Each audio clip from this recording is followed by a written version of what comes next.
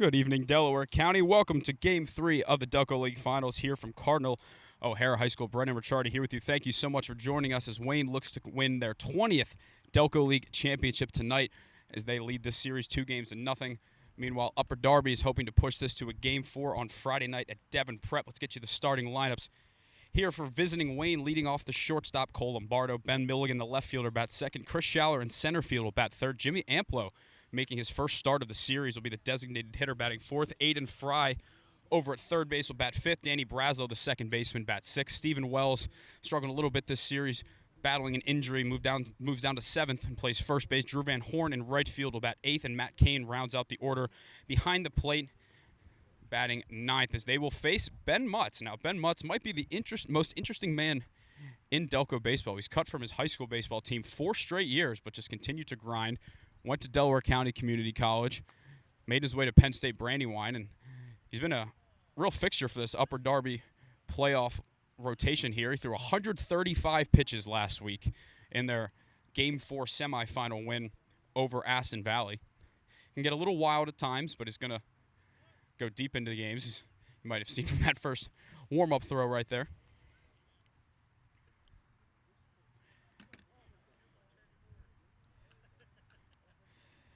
Defensive alignment here for the Blue Sox. Behind the plate, as always, Christian Strickland. Left to right in the infield will be Brendan Till over at third base. Jack Bateman at shortstop. Gus Wright at second, and Dan Gavlik at first.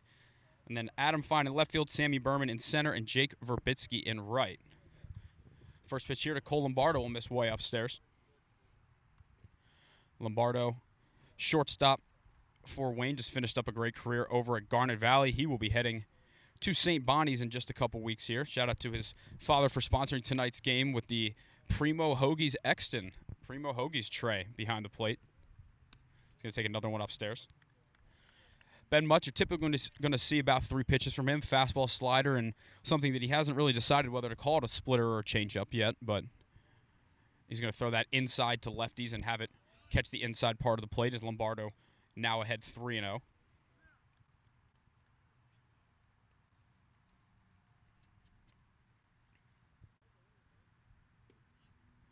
Lombardo takes that one down low, and he will reach base on 4 pitches here. As we mentioned, Mutz did have 7 walks in that complete game, Everett versus Aston Valley, so he is a bit susceptible to that as Ben Milligan steps in here. He's been one of the better hitters for Wayne in the playoffs so far. In the first 2 games this series, 2 for 7.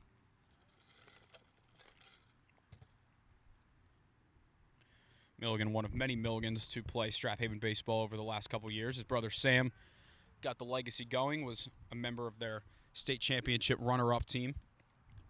He now plays football at Bucknell. Ben going into his sophomore year at Dickinson, and his younger brother Zach heading into his senior year at Strathaven. Milligan going to chop that one to third. That is going to be a fair ball. Down the left field line, Cole Lombardo on his horse. Ben Milligan will head to second, and it's second and third with nobody out.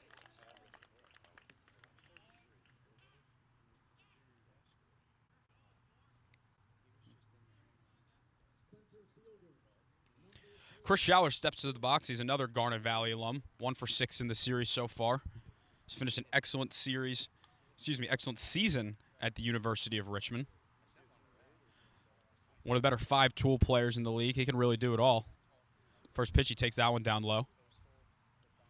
Already have some movement behind the Upper Darby bullpen. Henry Murphy tossing a little. This could really end up being a full staff game here. As Upper Darby fighting for their lives. Schaller gassed up a little on that one to even things up. Excited to see Jimmy Amplo batting in the cleanup spot. Hasn't really played all too much, just 18 plate appearances for Wayne, and in the playoffs has not had an at-bat yet, but he's here batting cleanup in Game 3 of the championship. Clearly, Brian Feely liked the matchup and trying to give his offense a bit of a jolt that had just 3 hits despite winning Game 2. Pitch to Schaller, he fouls that one back.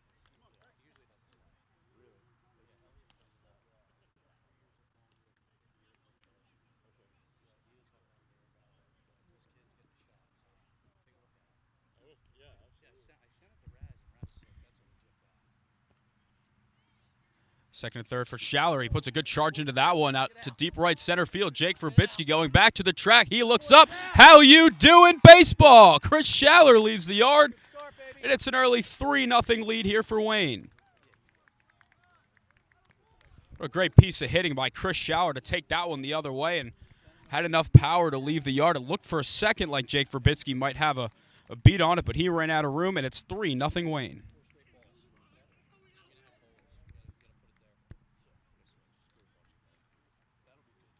Well, the base is now cleared here, but Wayne leads at 3-0 as Jimmy Amplo steps to the plate. And Amplo, going into his senior year at Shipley, recently competed in a home run derby at Citizens Bank Park as a part of MLB All-Star Weekend.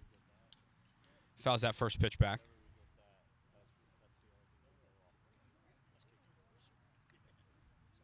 Still uncommitted at the moment, but would imagine that probably changes pretty soon as he heads into his senior year. He's won back-to-back Friends Leagues championships with Shipley and teammate Danny Braslow, who's down in the 6-hole today.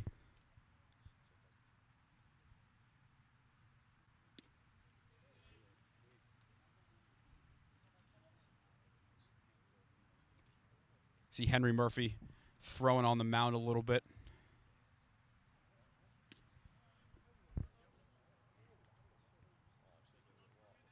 Be Amplo, Aiden Fry, and Danny Braslow.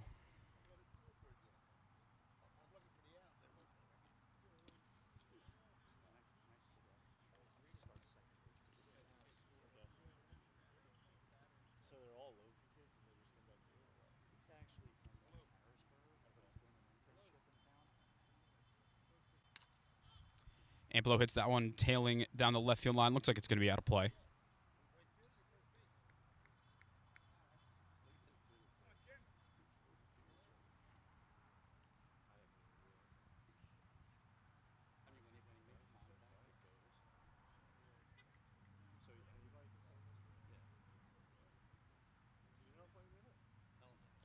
Pitch to Amplo again, spoils that one. It's an interesting spot for a rising high school senior to be thrown into here. Clearly just shows how highly that Brian Feely and Matt Briner, the coaching staff here for Wayne, view him. The confidence they have in a young guy. That one's down low with the internet here at O'Hara. It's been a lot more improved with the purchase of our Starlink, but still going to be a bit laggy at times, so that's why we got our first base alternate angle. Pitch here to Amplo. That one is going to be over to the deep or shallow left field side for Jack Bateman. First out of the inning here for Wayne.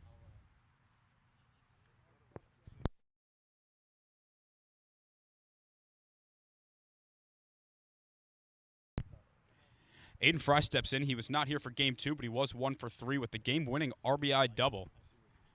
And he's another guy that kind of just passes the eye test.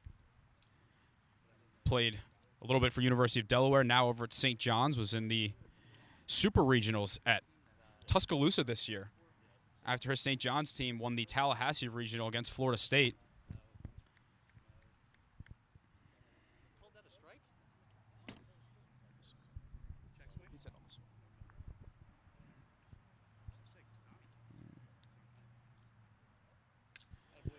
Good swing by Fry, but that's going to be right over to Sammy Berman in center field for out number 2. And Mutz has responded with 2 quick outs after the 3-run homer by Chris Schaller. Danny Braslow will be the batter here. He struggled a little bit coming into the series, but he's been able to give some good at-bats to Wayne, including in Game 2. He came up with the bases loaded, down 3-2. He had a 2-run infield single where he dove into first base, and Chris Schaller scored all the way from second. Braslow's going to ground that one over shortstop off the glove of Jack Bateman. I think there's a good chance Braslow would have beat that one out regardless. I think that one's going to go down as a single. Tough play. Bateman will probably tell you he should have at least caught it. Might not have been able to get the throw in time, but either way, a scary sight here for Upper Darby as Stephen Wells steps to the plate. He's another guy who, regardless of the struggles he's had, he's always one swing away from getting out of it. He leads the Delco League with 5 home runs this year. Takes that first pitch in there for a strike. Wells as we clarified before the game, the only member of Wayne over 30 years old. And when I asked him, he said, quote unquote, say it louder next time as a reminder. Wells is going to take that one for a strike, but Brazos is going to be able to snag second. He will hold it second as the throw got away.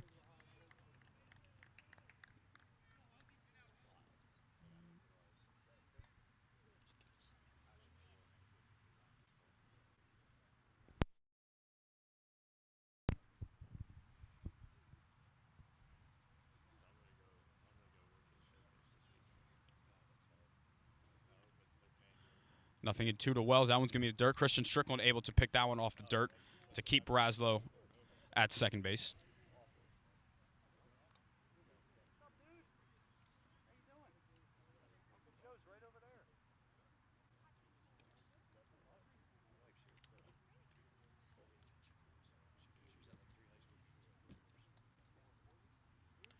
Well, so far 0 for 5 in this series. He was hit by a pitch in Tuesday's game 2. Takes that one way upstairs.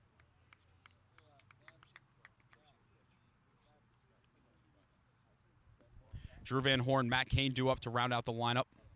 Nobody actively throwing for Upper Darby, but Henry Murphy had a little bit. That one hits the helmet of Stephen Wells.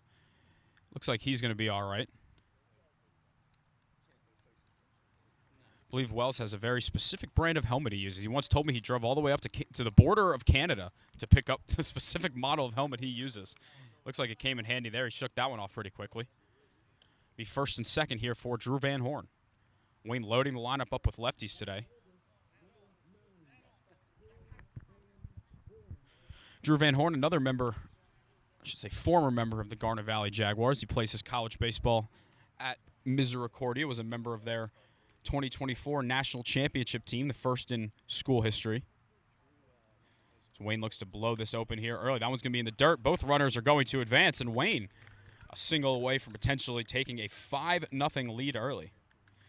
Now for Wayne, you know that nothing is safe here. As in Game 3 against Ridley in the semis, Stephen Wells hit a 3-run homer early, and they ended up losing that game, so they know that there's a lot of game left to be played here. Pitch to Van Horn. That one's going to miss. Wells, not exactly the fastest base runner out there, but perhaps a base hit. If it's in the right spot, he could score with a good jump. That one's going to be in the dirt as well. Should Van Horn reach here, Wayne will be able to send all 9 batters to the plate here in the top of the first. Wayne can close out this series with a win tonight. Upper Darby hoping to send this thing to Friday. Pitch to Van Horn, ball 4.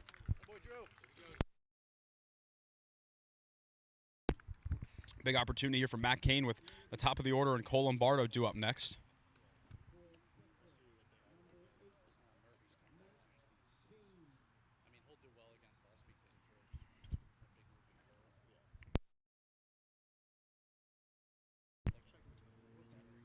And a quick mound visit. That's going to be it for Ben Mutz here. We'll take a quick break. It looks like Henry Murphy is coming in when we come back.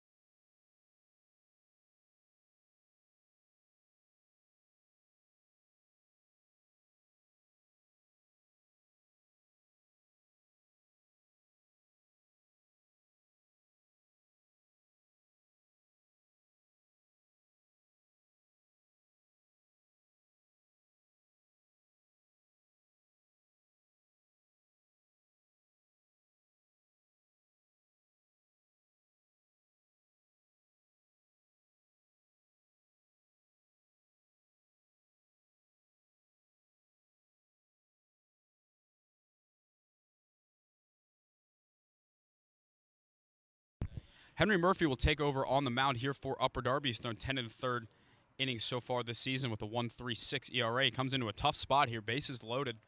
2 outs for Matt Cain. Henry just graduated from Penncrest. Will be heading to Penn State.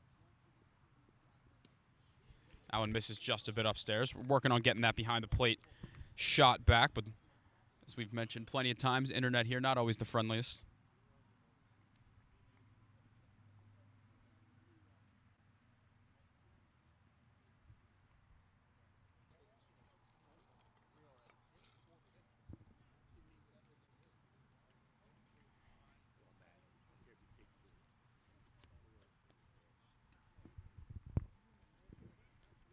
Pitch here to Cain. Ball 4, he walked him. Fourth run of the inning comes in here for Wayne, and back to the top of the order.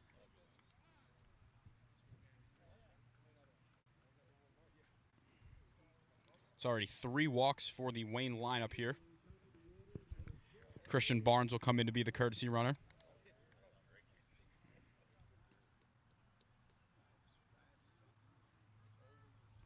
Cole Lombardo started this game off with a walk.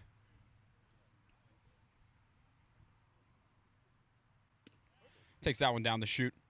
Murphy gets ahead. Wells now over to third base. Drew Van Horn on second. A base hit could make this a 6-0 game. Late on that one, shoots it into the first base side foul territory. Looks like Elliot Dix has just arrived here for Wayne. Perhaps we'll see him in at some point. Could be a reason Jimmy Amplo got the start. Pitch Lombardo tries to gas him up as Murphy, but he leaves that one upstairs.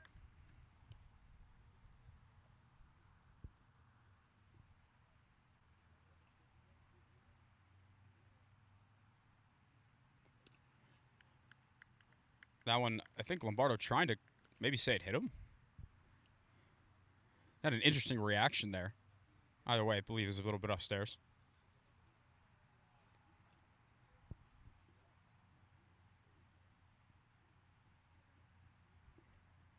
Pitch here, Lombardo. That one's going to be in the dirt, and we're going to be even at 3-2. Got to think Lombardo's getting a pitch to hit here.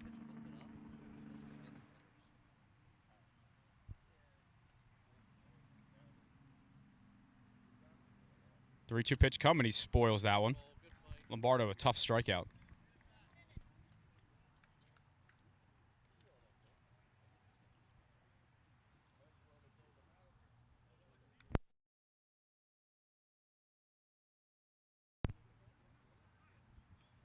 Full count, Ben Milligan waiting on deck.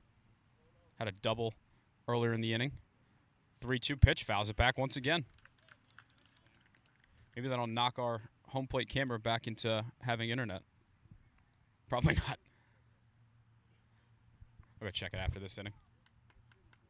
Hey, the fact we haven't have a stream at all is a miracle, so beggars can't be choosers.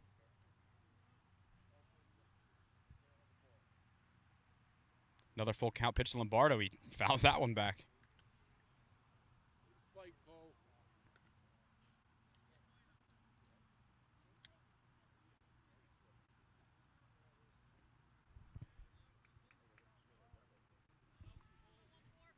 Tilt that camera to have the batter in it.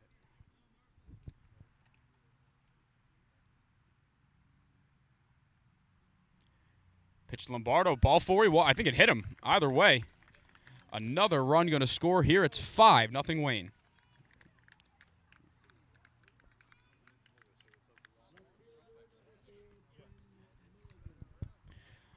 Looks like Ben Thorpe starting to get loose in the Upper Darby bullpen as Wayne leads this one 5-0. Ben Milligan, who's been red hot in the playoffs, he's 3 for 8 in the series, already has a double today.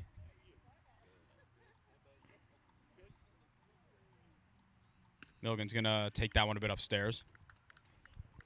Ben Milligan, we talked a little bit about in Game 2 of this series that Milligan has gotten some more time in the outfield this summer. He was a long-time infielder, but his coach at Dickinson asked him to get some time in the outfield, and he's looked great out there.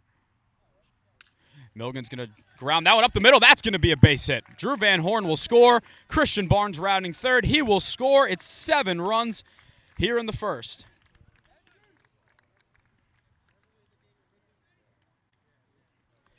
Second hit of the inning here for Ben Milligan, and Wayne is just pouring it on.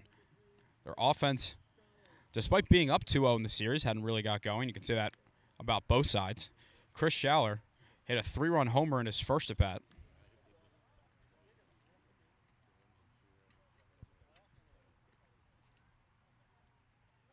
Has an opportunity here to potentially drive in some more.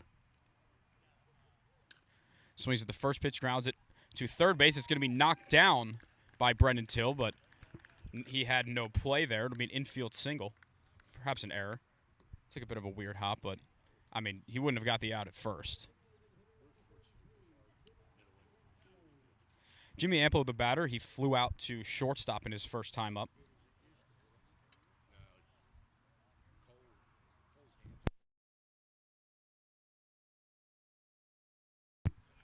Takes that one down low. See how long the leash is here for Henry Murphy.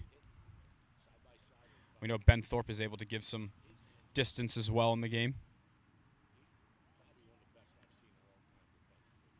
Amplo puts a good charge into this one down the right field line. Looks like it's tailing foul. It was into the trees either way. Could have been 11-0 Wayne here in the top of the first, and that one stayed fair. And we talked a little earlier about Jimmy Amplo competing in the home run derby at Citizens Bank Park, and that was a line drive that screamed out of here. Just a little early. I don't expect to see this kid uncommitted for too much longer.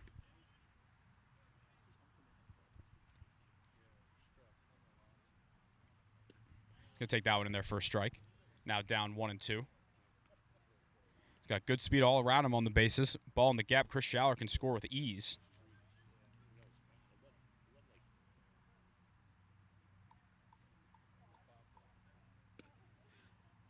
Looks like that one's going to miss just a bit outside. And again, apologies. We'll work on getting that behind the home plate angle back.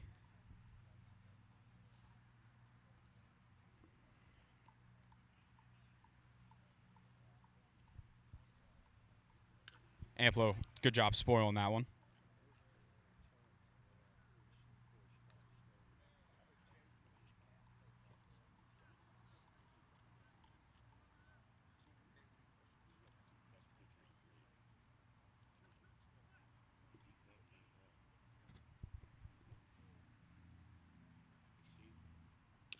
Amplo fouls that one off his foot. We'll probably give him a second here.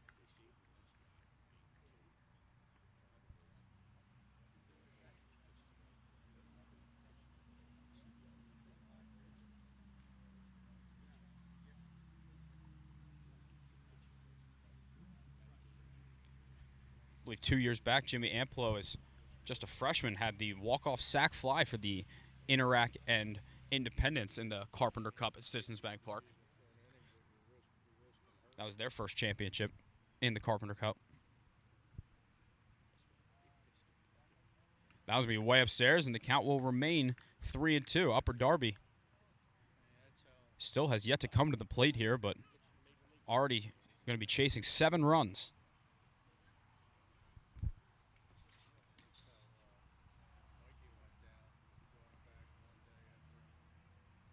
Full count pitch.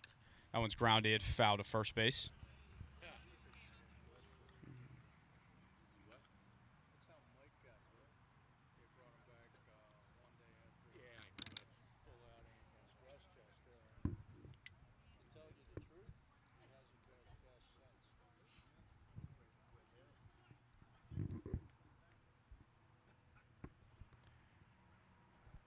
Full count once again to Amplo. He spoils that one down the left field line. Some really good at-bats here from Wayne. They've been tough to strike out.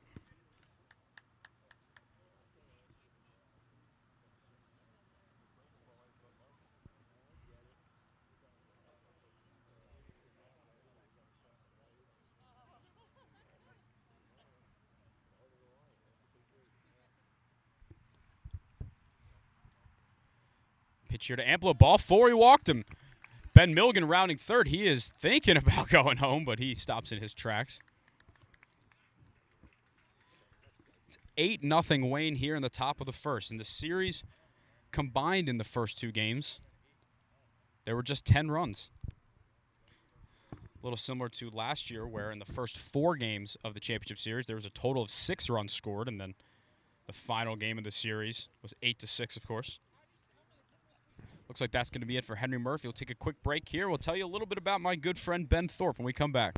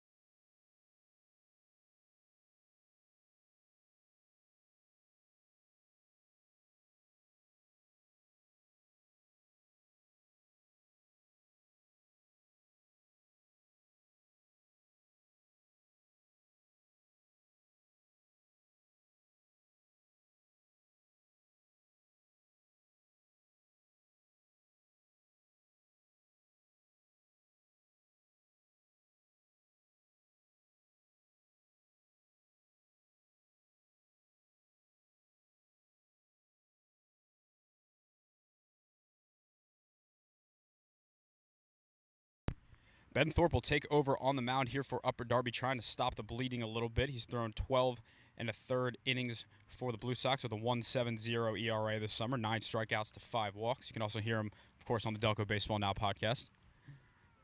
But here's where he wants to be more than that. He's going to throw a lot of changeups to you, both to lefties and righties.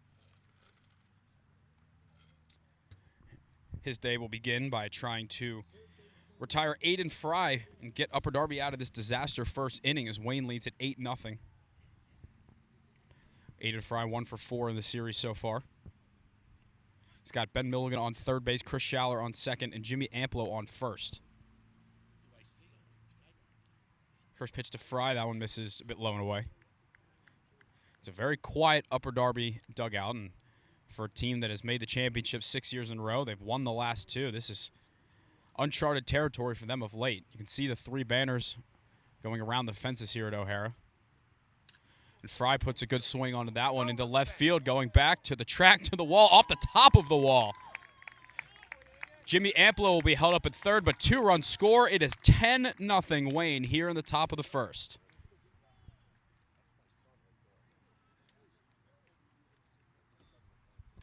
Great swing by Fry, a line drive that just kept going and hit right above the R in Cardinal O'Hara.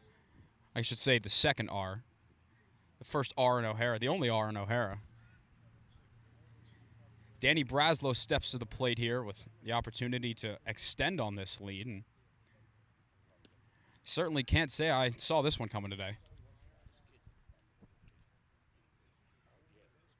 Braslow just graduated from Shipley, played, of course, with Jimmy Amplo, and will be heading to Quinnipiac probably in the next week or 2, if I had to guess.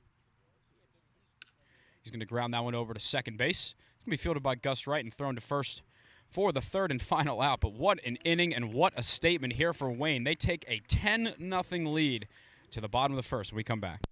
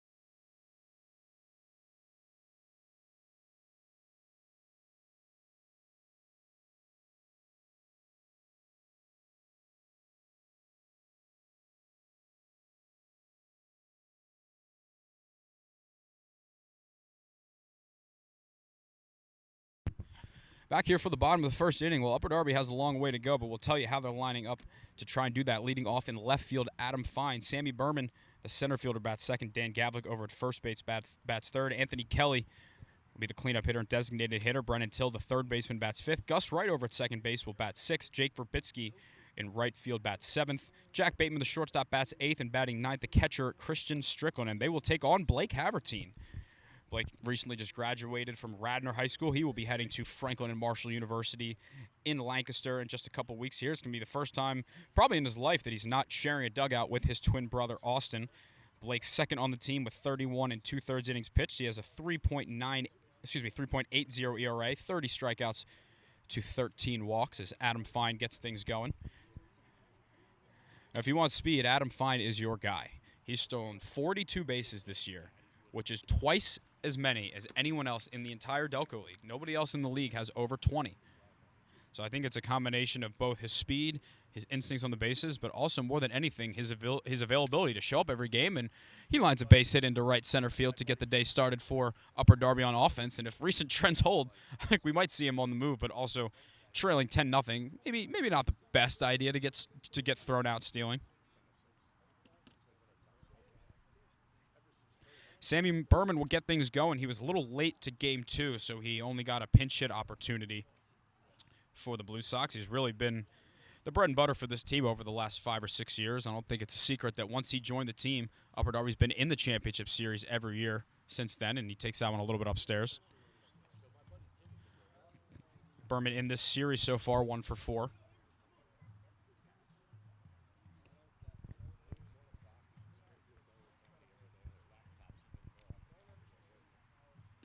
Berman can take that one to the dirt. Good job by Matt Kane to stop that one. Berman, a Friends Central alum. He just finished up a great career over at Catholic University in D.C. with a couple of his Blue Sox teammates.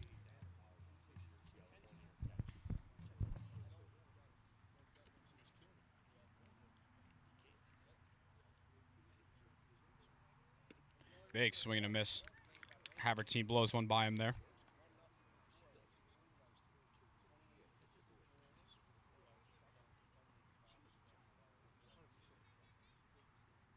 A little bit of a different look. Brennan Till slides down the order a little bit. Gus Wright moves up the order a little bit. Fine is going to take off here. Berman's going to take that one. Matt Kane with the throw. Not quite in time. Make that 43 stolen bases on the year for Adam Fine.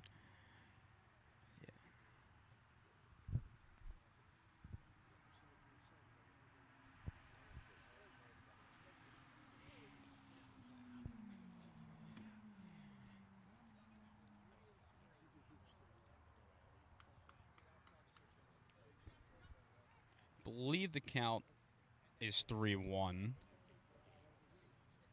Scoreboard not functioning today. Berman going to smack that one into right center field. That'll be down for a base hit. Adam Fine rounding third. He's going to score. Berman held up at first, and Upper Darby is on the board here. It's going to take a long row, but they're going to start to try and chip away.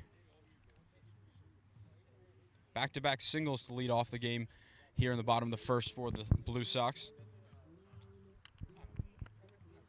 Dan Gavlik steps in, 2 for 6 in the series so far.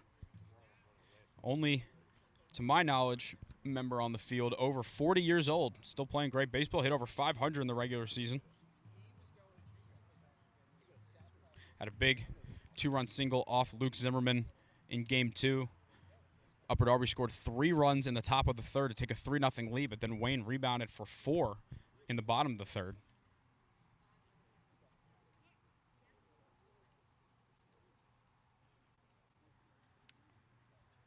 Gavlik a little bit late on that first pitch. Would have to imagine that I will not still be swinging a baseball bat against someone throwing 90 when I'm 42, but what do I know?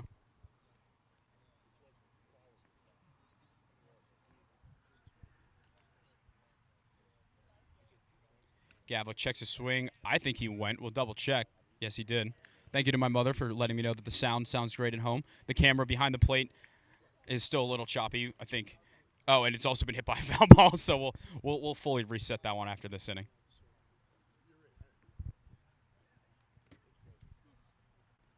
Gavlik going to shoot that one past the glove of Aiden Fry into left field in Upper Darby. putting a little rally together here. The first 3 base runners on 3 straight singles. Bring in Aunt Kelly, 1 for 5 in the series so far. It'll be Kelly, Brendan Till, Gus Wright, and Jake Verbitsky due up.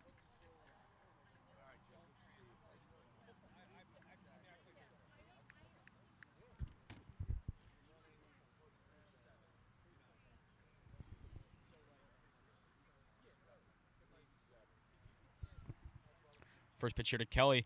That one's in there for a strike. And relief for Wayne today.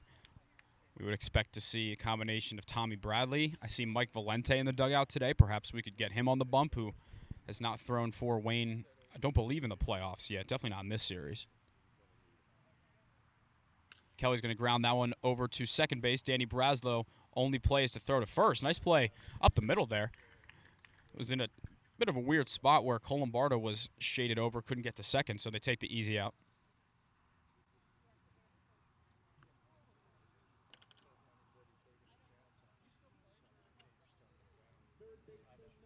Brendan Till, the batter here, he is 1 for 5 in this series. Played his high school baseball right here at Cardinal O'Hara.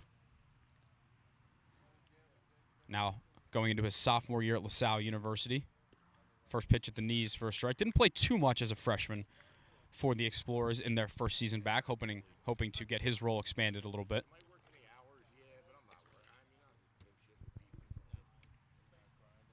Sammy Berman leads off third, and Dan Gavlik on second.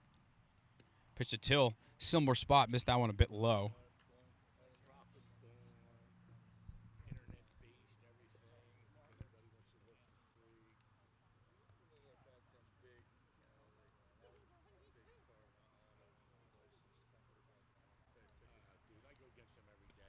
Nice slider, might have been a bit inside.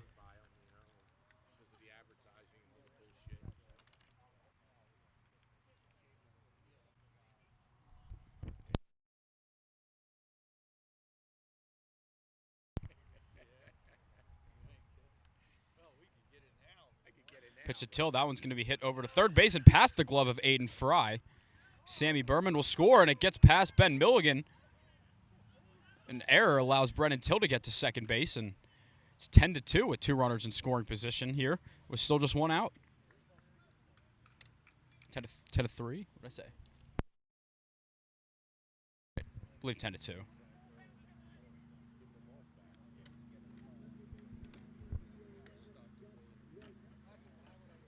I think it might go down as 2 errors on that play. One to get into the outfield, one that got past Milligan. Gus Wright will try to make this a 10-4 game. Big swing and a miss on the first pitch. No signs of throwing yet for Wayne. And if you're Wayne, you still have a pretty big lead to work with. You still lead by 8 and know that your offense is swinging the bat well, but you don't want to let Upper Darby think they have a chance here. In the dirt, blocked by Matt Kane.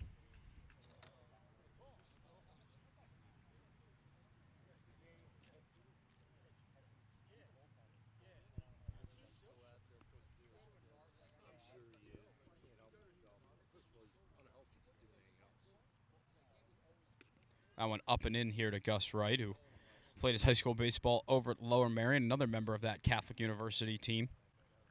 Jack Bateman, Sammy Berman, Roman Tazi, of course, have just finished their careers there. Roman heading to Georgetown. Sammy headed to the 9-5. That one just misses here. And the Wayne outfield loved that spot.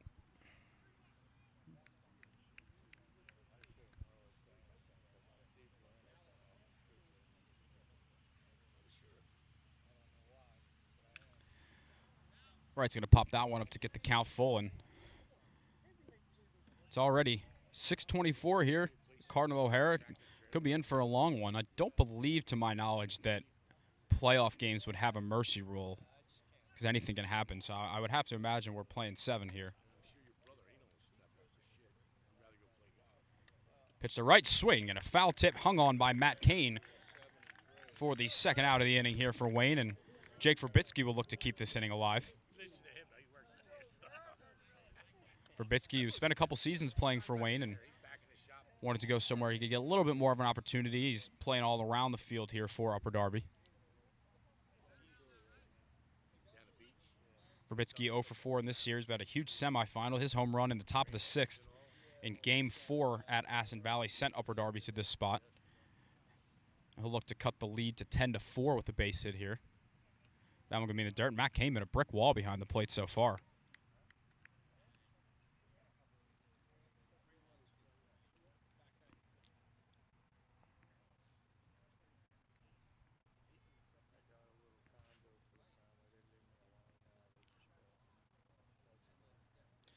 Verbitsky played his high school baseball at Episcopal, now over at Lackawanna, and he takes that one upstairs. And when he originally signed on with the Falcons, they were a JUCO. Now heading to the PSAC Division II. They'll be playing with the likes of Westchester and Millersville and Bloomsburg, and Brian Feely will head out for a quick mound visit here. We'll take a break.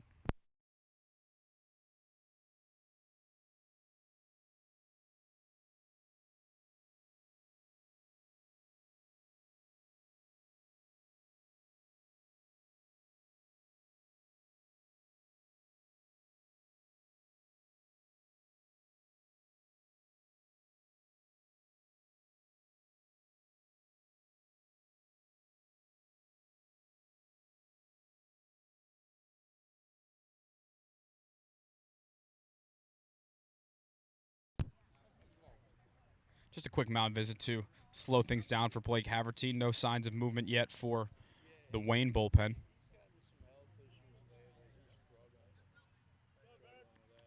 Jake Verbitsky finds himself ahead in the count, 2-0 here. He's got Jack Bateman waiting behind him and Christian Strickland to round out the lineup. You see Ben Thorpe tossing again behind the Upper Darby dugout, so I have to imagine he's going to be sticking around for a little bit in this game, and Verbitsky takes that one in there for a strike.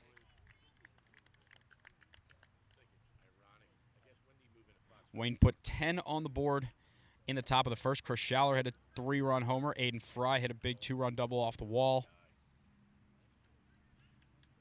Now Upper Darby looking to have a bit of a response here, and a big foul tip from Verbitsky.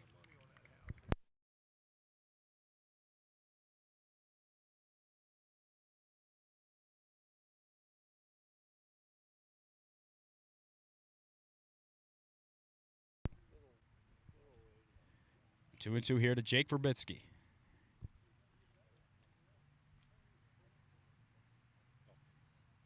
It's a pitch and a called strike three. Paints the inside corner. Blake Haverty strands 2 runners on base. We'll head to the top of the second here at O'Hara with Wayne leading 10-2.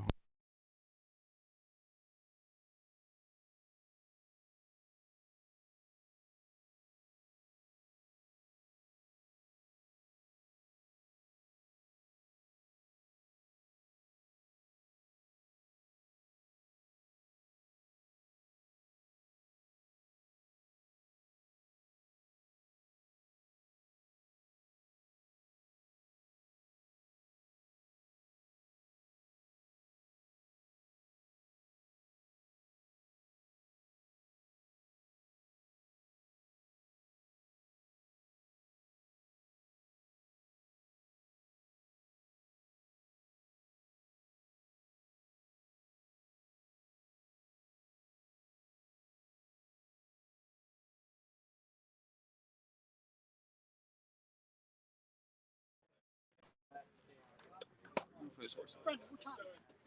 628. There's no mercy in the playoffs, right? There's no run rule in the playoffs, right? I don't know. Attaboy, ask him. Ask him.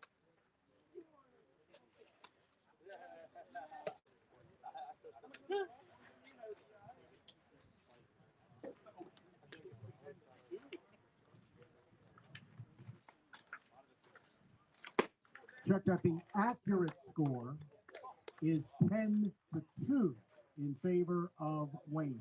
10-2.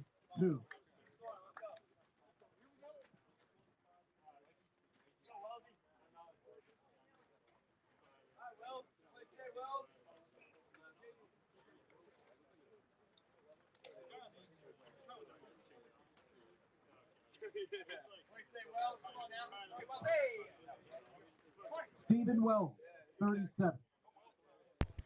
Back here for the top of the second, it'll be Stephen Wells leading things off for Wayne. He takes the first pitch from Ben Thorpe for a strike. Wells was hit by a pitch.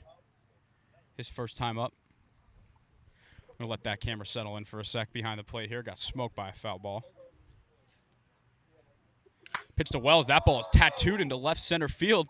Back to the track, to the wall. How you doing, baseball? Stephen Wells, a line drive shot. Leaves the yard here to left center.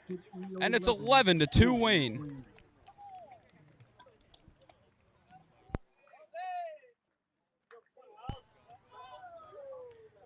Stephen Wells has been struggling a little bit, but he absolutely ripped that baseball to left center. And for a guy that's usually more of a pull home run hitter, that one was out to left center, and he did not miss that one. Well, Drew Van Horn will look to keep it going here. Wayne has just been all over the Upper Darby pitching today, and really it's been a season in the making for a Wayne lineup that has a lot of talent, but at times has struggled to put a lot of runs on the board.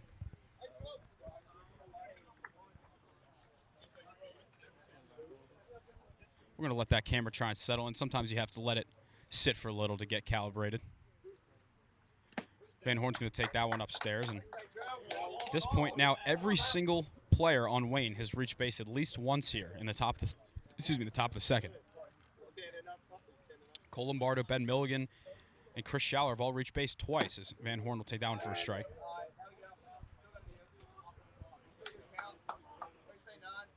Now, if you're in the Wayne dugout right now, you're probably thinking to yourself a little, well, where has this been all season in the playoffs?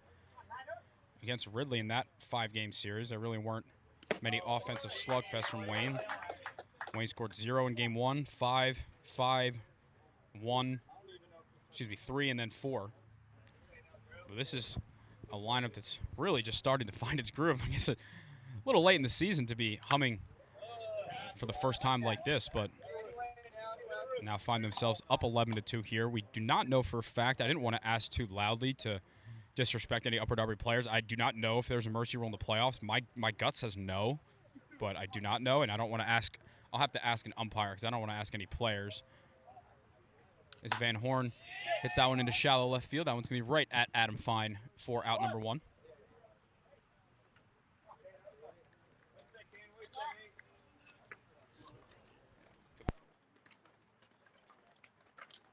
Catcher number 8, Matt Kane. Matt Kane, the batter here. He reached on a walk his first time up. One of 2 Strathaven alums in the lineup today. Heading into his 3rd year at Rowan University, but sophomore year on the field. Redshirted his freshman year. I believe his Rowan team went to the College World Series this year. So he was a little bit late to the party getting here. Takes that one upstairs.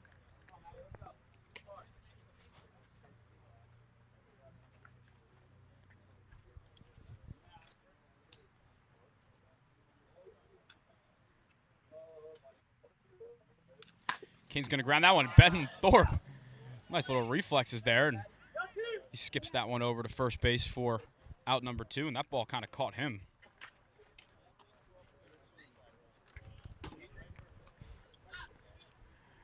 Thorpe didn't really have too much time to think about that one, but Cole Lombardo steps to the plate, who's already reached base twice. He's walking. He's been hit by a pitch.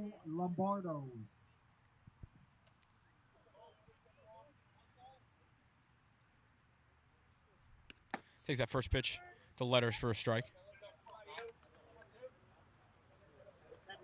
Hopefully there's still some hoagies left after the game from Cole's dad and Primo's Exton. Thank you for their generosity as Lombardo fouls that one over our head. It looks like it's going to be out of play. Intern Tyler was ready if it got too close to us. See him over at Phillies baseball camp.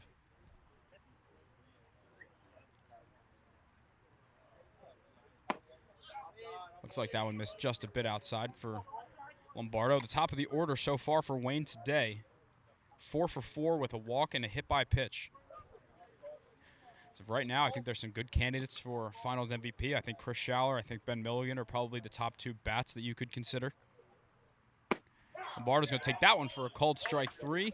And that'll do it here for Wayne in the top of the second, but a solo home run by Stephen Wells adds the 11th run of the game on here for Wayne. We'll head to the bottom of the second here. Cardinal O'Hara with Upper Darby is trying to chip away at this lead.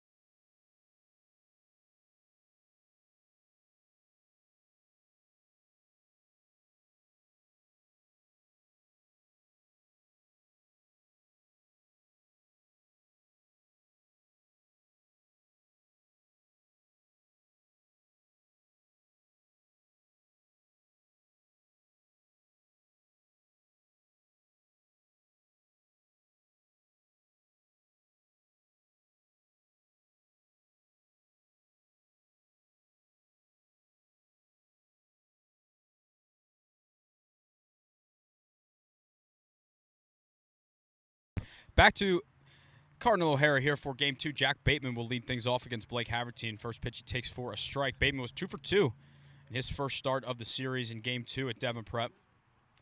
Bateman, a Carroll alum, plays his college baseball at Catholic after transferring from Holy Cross. Would have to imagine that whenever Blake Havertine's day is done, Tommy Bradley will be called in relief. We know Mike Valente is here as well. Another Strathaven alum who's recently transferred from Cal U to Northwestern. See if we'll talk a little bit more about him later as Jack Bateman tries to check his swing. I believe it's a strike on the pitch either way. Evens it up at 2-2. We'll keep our fingers crossed that this behind the plate view stays. Look, if anyone out there has followed myself calling games for Delco Baseball Now or the Delco League for the past, I'd say 2 or 3 years, Cardinal O'Hara has been my absolute biggest rival. And it's really disrespectful to call it a rivalry because that implies that both sides win. But up until Game 1 on Monday, I had never won. I think I was at probably 0 for 7.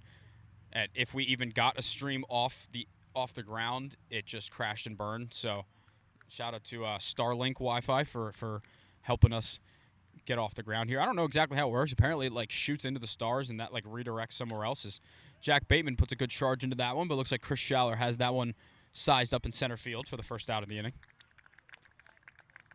People that are a lot smarter than me have the answer to that, but basically you have to have it in direct skylight. I think it shoots up into the sky and maybe redirects a little bit to a certain network or tower that cannot be reached here. At Springfield High School, it was a problem too, so not proud to admit how much I spent on it, but you know what? To get the people what they're looking for, I'll take it.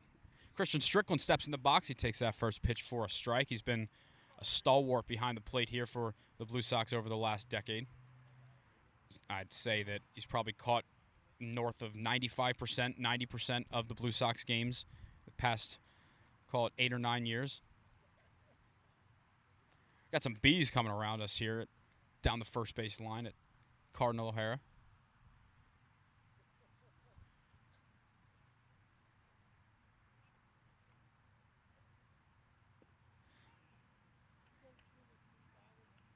Would have to imagine that Ben Thorpe probably still going to be in the game here for Upper Darby.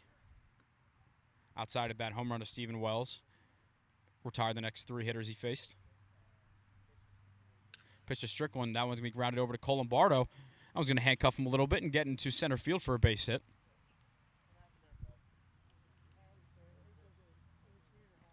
Definitely a tough in-between hop there for Lombardo for a 1-out base runner for the Blue Sox.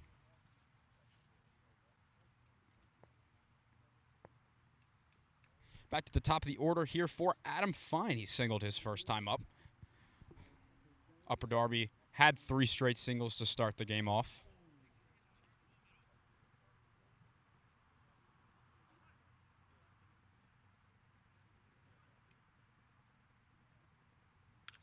Fine's going to hit that one in the air in between short and second. Danny Braslow calls everybody off for out number 2.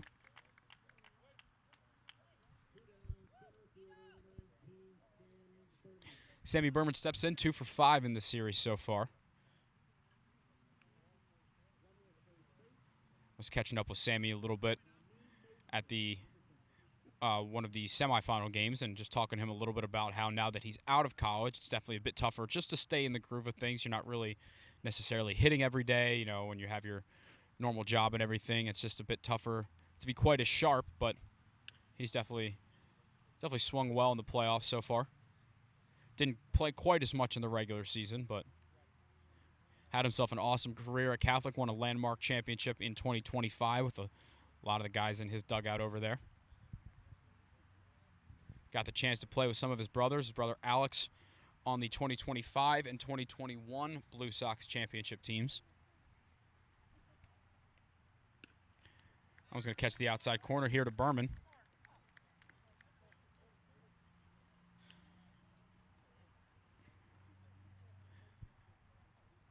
Got to mention we have Tamian Mosley pinch running here, or courtesy running here for Christian Strickland after he reached base. Pitch to Berman. He holds off on that high fastball.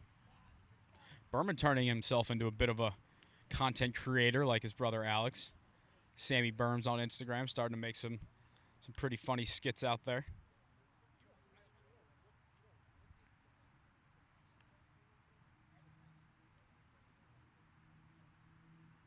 Pitch to Berman once again. Blake Havertine challenges him upstairs, but he holds off. Seeing some throwing going on. It looks like Cole Peichel in the Wayne dugout right now. He threw 2 2/3 scoreless relief on Monday. Luke Zimmerman able to go to the distance on Tuesday. Pitch swung on and missed. And Blake Havertine picks up his 3rd strikeout of the day to get out of the 2nd inning. We'll head to the top of the 3rd here at O'Hara with Wayne leading this one 11-2.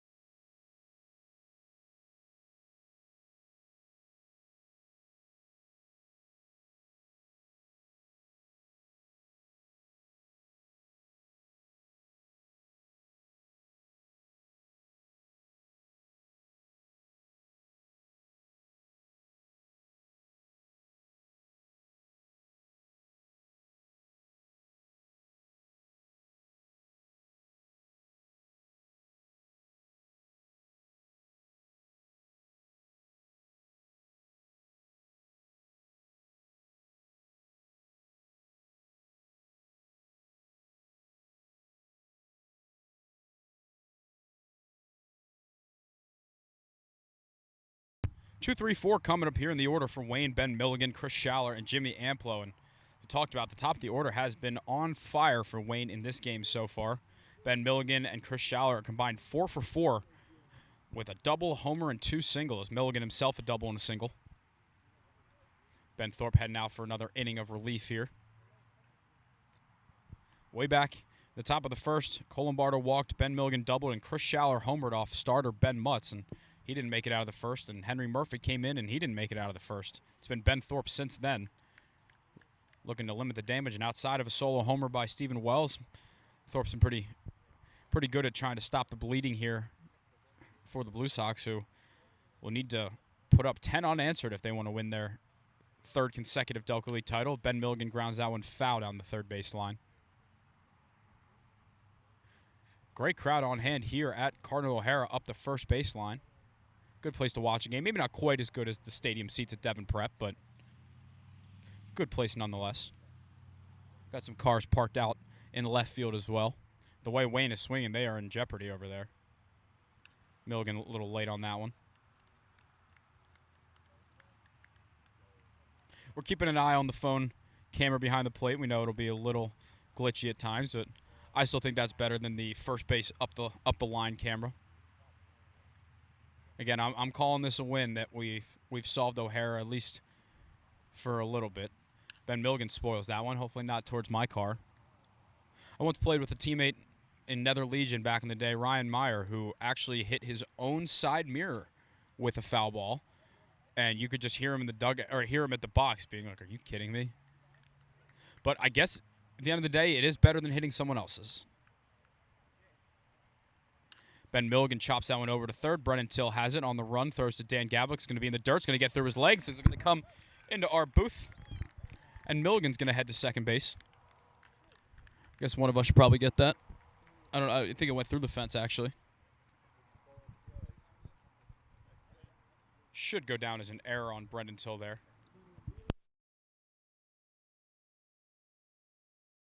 Chris Schaller, the battery's 2 for 2 with a homer and a single today.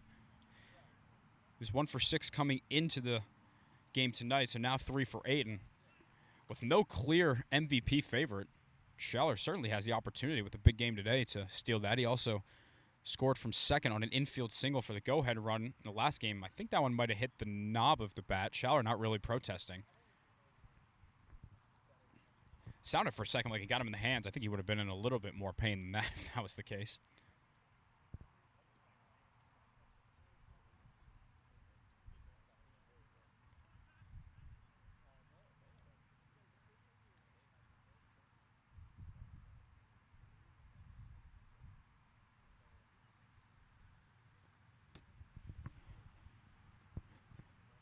That one might have got our home plate umpire, Mark Holland, but I think he's all right. Usually when the catcher walks out like that, just to give the ump a second, so I might have got him. Chris Schaller with one of the more compact but aggressive swings in the Delco League. Just a ton of rotational power he's got. And he smokes that one in left field. That'll be down for a base hit. Ben Milligan blazing around third. He's going to be held there. And Chris Schaller 3 for 3 today.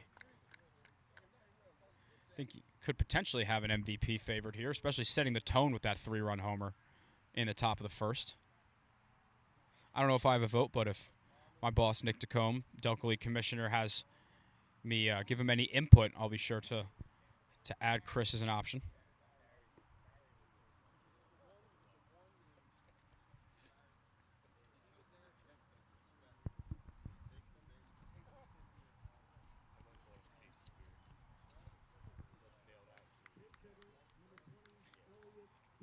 Elliot Dix will be the pinch hitter here. He's coming in Jimmy Amplo's spot. Dix would be your normal designated hitter and 4-hitter, but was a little bit late coming in today. Jimmy Amplo was good in his brief time. Reached on a walk in his last time up. But for Elliot Dix, who's been here all year, this is his spot. Takes that one upstairs.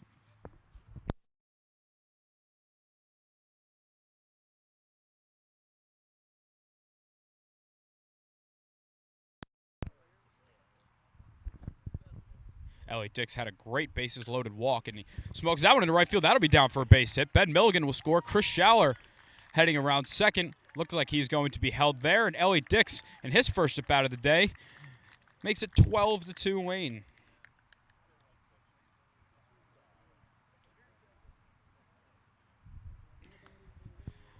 Nobody currently on the bullpen here for Upper Darby. Aiden Fry, who smoked a double his last time up off the top of the wall, also has flown out to center today. Again, we were told by first base umpire Tom Scartozzi there is no mercy rule in the playoffs, so we're playing 7 today. As Aiden Fry grounds that one past it, diving Jack Bateman at shortstop. Another run for Wayne. He's going to get past Adam Fine in center as Fry will pull into second base. I believe it's going to officially go down as perhaps a single. It would have been a tough play on the backhand for Bateman. 13-2 Wayne. Dave Jordan going to come out for a little bit here. Didn't see anybody else warming up here for Wayne. Not sure what the plan is here. Looks like that's going to be it for Ben Thorpe. I believe Jack Bateman's starting to take the wrist tape off, so I'd have to imagine he's coming in next. We'll take a quick break here, and when we come back, we'll tell you a little bit more about who's coming in here to pitch for the Blue Sox.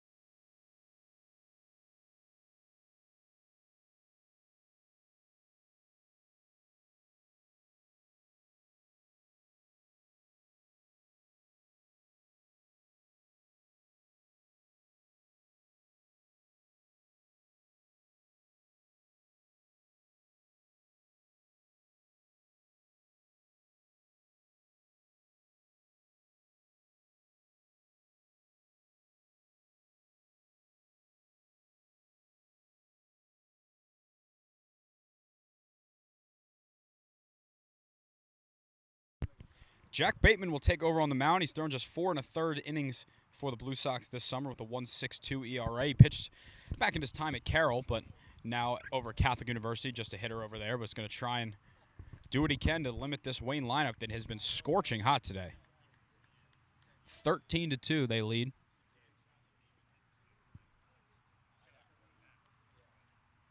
Danny Braslow will step to the plate.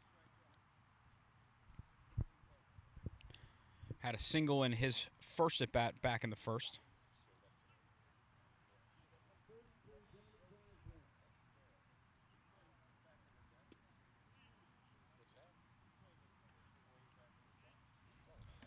Braslow 1 for 2, also grounded out to second base.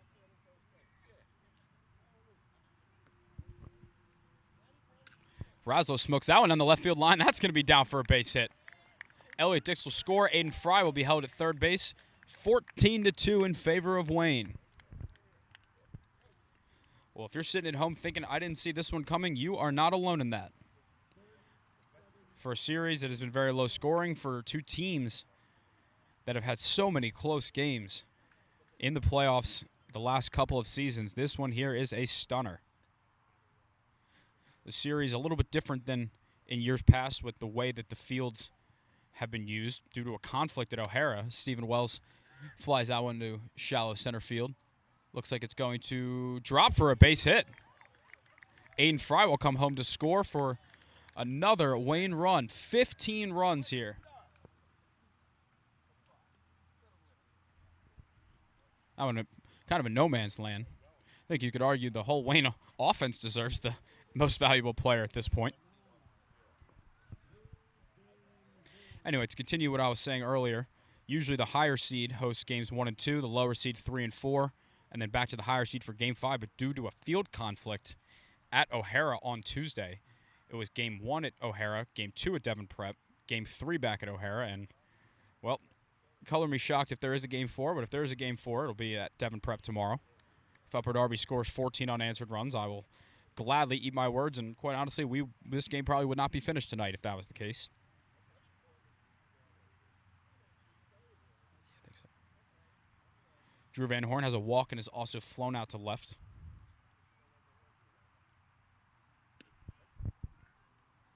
Wayne with 10 hits so far today. That is according to the Blue Sox game changer. We'll see if Wayne has it the same over there. I usually defer to the Wayne side. They said that they have 10 as well. Ben Milligan, Chris Schaller, Aiden Fry, and Stephen Wells all have 2 hits and multiple runs driven in. Homers from Schaller and Wells, 2 doubles from Fry, double from Milligan. That one's going to be down low. The most runs I've ever seen scored in a Delco League game as Van Horn walks and the bases are loaded here. It was back in 2022 when Wayne was playing Aston Valley. I was on Wayne after injuring my ankle, so I was out for that summer. A 30-4 win, Wayne took down Aston Valley. So we're halfway to that mark.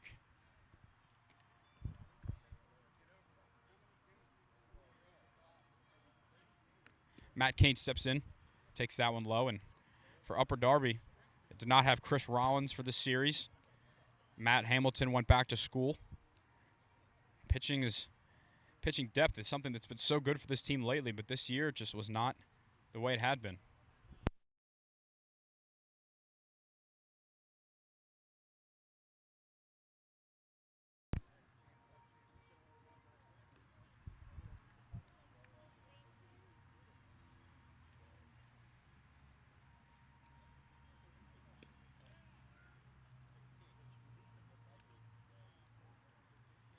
Well, should Wayne hang on to win this one, it would be their 20th championship in franchise history. First Delco League franchise to hit 20 championships.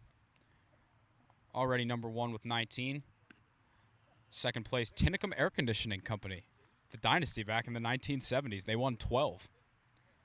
Of active teams in the league, I believe Aston Valley is second with 6. The last team to win a Delco League title that is not one of these two teams was the 2018 Narberth Mudcats, who are now known as the Drexel Hill Ducks. It with the Narberth Outsiders occupying that Narberth playground. Last official active franchise still playing league, 2017 Aston Valley. Matt Kane's going to spoil that one.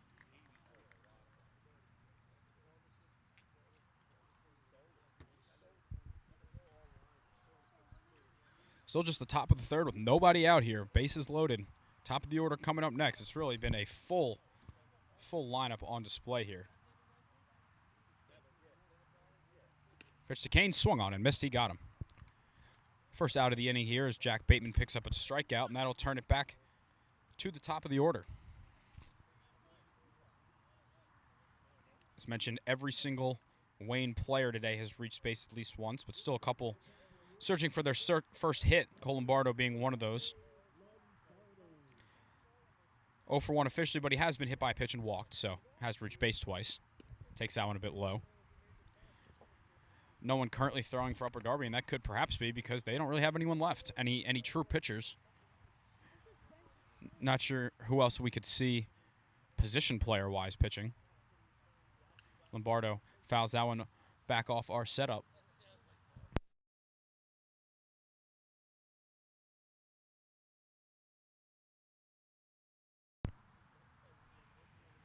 Just kind of looking around the diamond, trying to see. I know Ant Kelly's pitched a little in the past. He could potentially be an option for the Blue Sox. Colombardo swung on and missed. Jack Bateman starting to, well, I will say this, he looks comfortable on the mound. Obviously someone who not actively pitching in school, but has had a lot of time on the mound in the past. Put a little extra on that one down low. And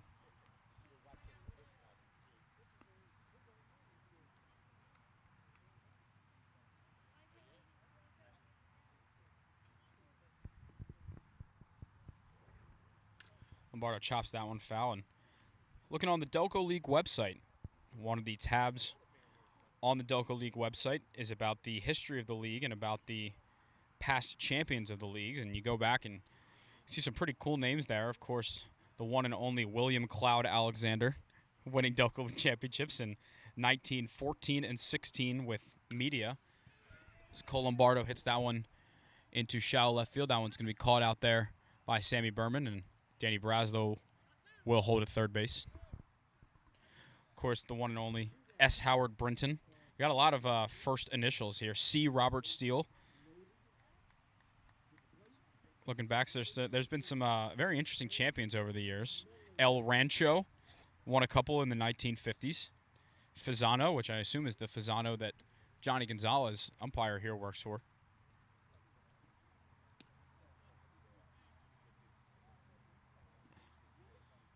Second inning out of 3 that Wayne has batted around. Ben Milligan up for the second time. He reached on an error to start this inning. Tinicum Air Conditioning with a 5-peat in the early 1970s.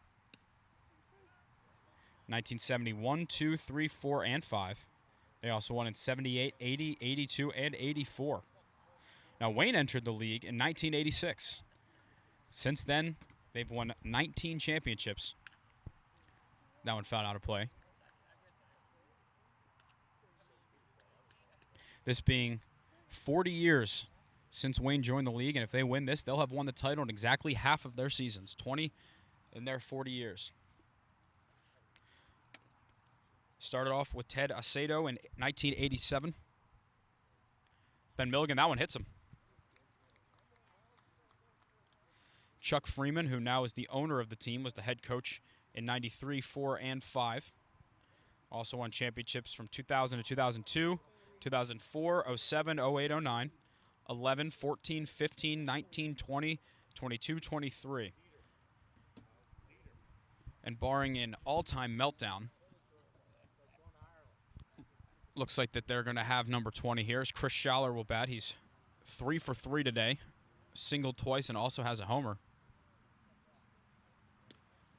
Takes that one low and away.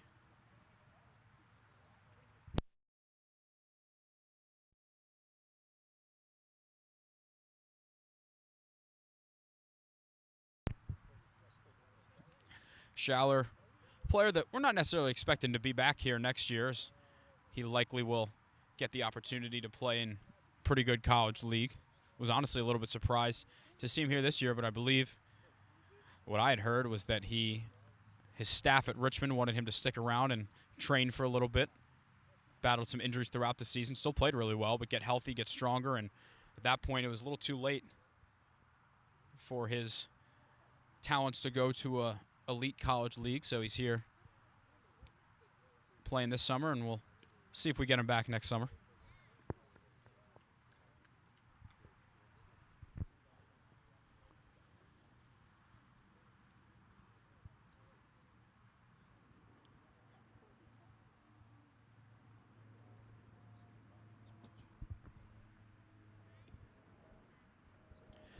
Ball four, he walks him. Fourth time reaching base for Chris Schaller today. I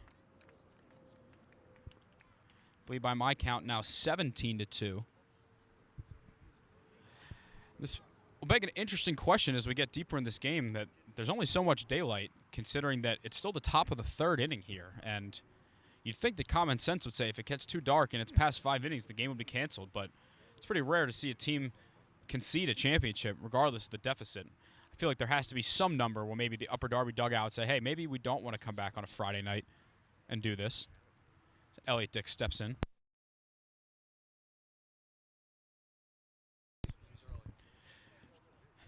Dix came in off the bench in the third inning, has a single to his name.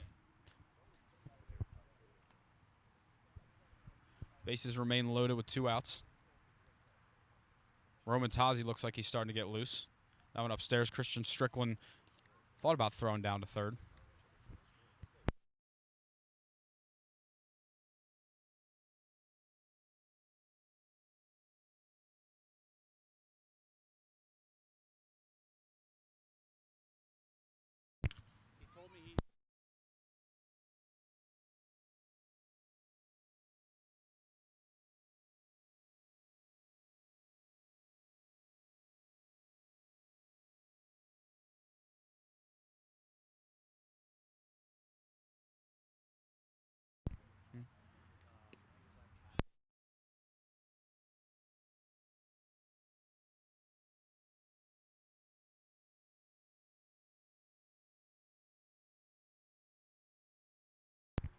See Roman Tazi tossing a little bit. I think ideally he wanted to be saved for a game 4, but at this rate, just get some work in.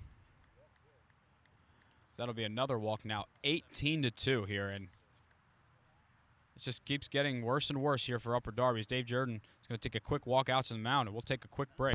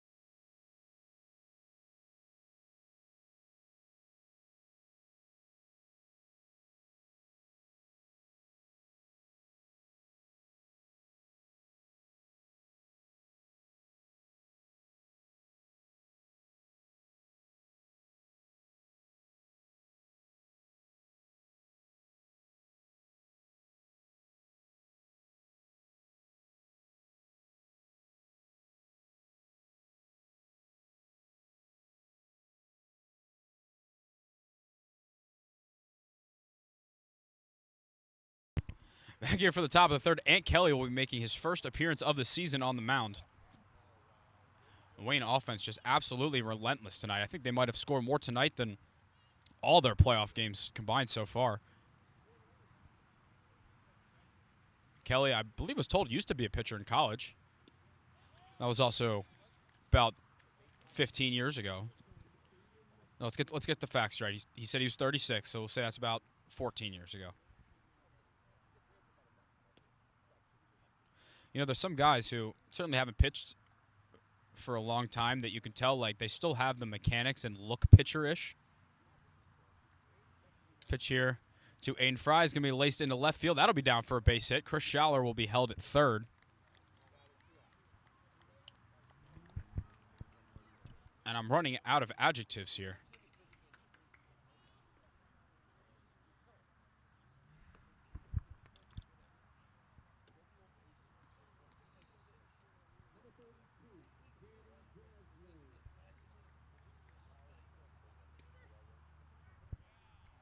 Wayne scored 10 in the top of the first. Upper Darby showed a little life. 2 runs in the bottom of the first and 2 runners left on base. And then after Stephen Wells homered in the top of the second, Wayne has put 8 more on the board here in the top of the third to take a 19-2 lead with 11 hits here in the top of the third.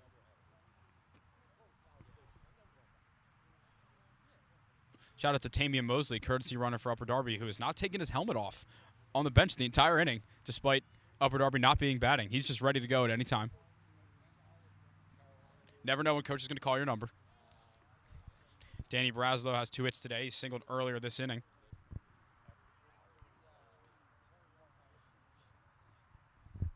Got Schaller over at third, Elliott Dix over at second, Aiden Fry at first. And a called strike 3 as Ant Kelly picks up the strikeout looking to end the inning, but not before Wayne puts 8 more runs on the board. We'll head to the bottom of the third here at O'Hara with Wayne leading by 17 runs.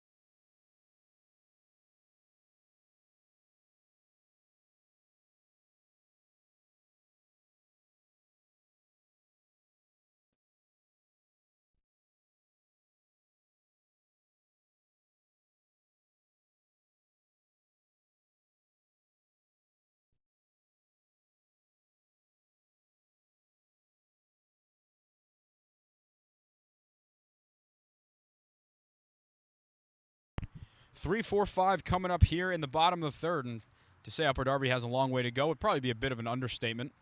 But Dan Gavlik, Ant Kelly, Brennan Till. 7:10 local time here at Cardinal O'Hara. And an interesting debate could start to come in if it gets a little dark. What do you do? First pitch a bit low.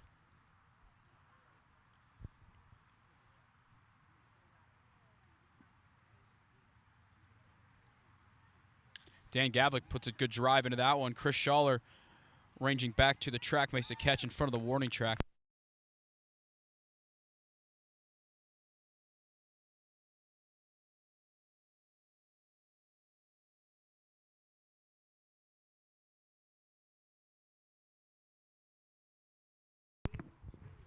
Ant Kelly, now your pitcher, steps into the box here.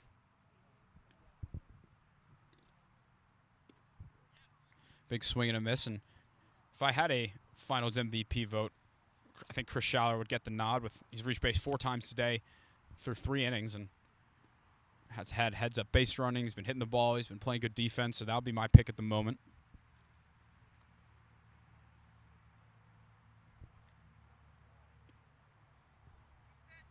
Blake Havertine still getting some work in. I see Cole Peichel and Mike Valente, former district champions together at Strathaven back in 2021. They're both tossing a little, so see, for Havertine, it's a good problem to have at the end of the day that you have so much time in between innings, but it can definitely throw you off your rhythm a little if you're sitting in the dugout for about 30 minutes or more. Kelly hits that one off the hands a little bit. Chris Schaller coming in. Makes a catch for out number 2. Back-to-back retired by Schaller out there in center. And Brennan Till will step into the box. 1 for 6 in the series so far. Certainly looks like with the way that Roman Tazi's warming up, next inning will be his. And it's a little surprised that he was active to pitch tonight if it took him this long to come into the game here.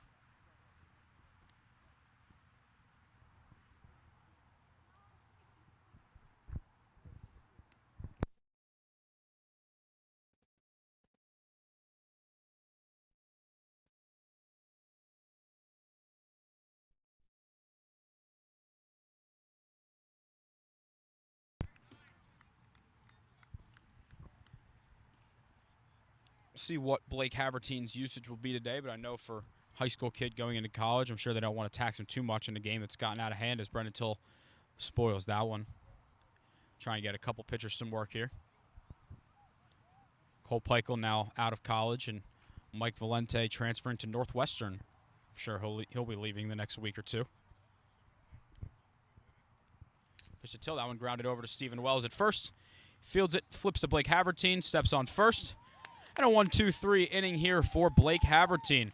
Head to the top of the 4th here at Cardinal O'Hara. Not sure how much Blake Haverteen will continue to go, but what we do know is the Wayne offense has not taken their foot off the gas, and we'll come back here on the top of the 4th.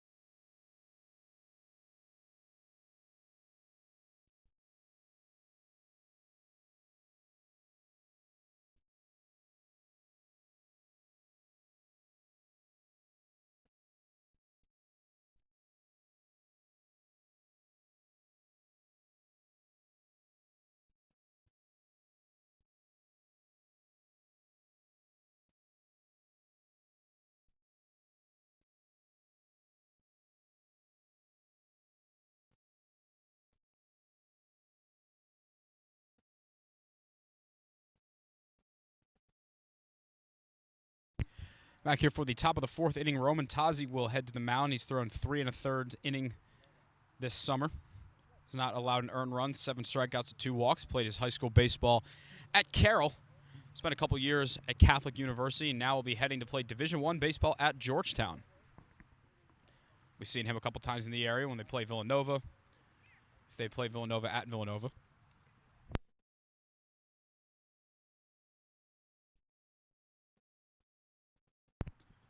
Spent the last 5 years pitching for Aston Valley, but switched over to Upper Darby.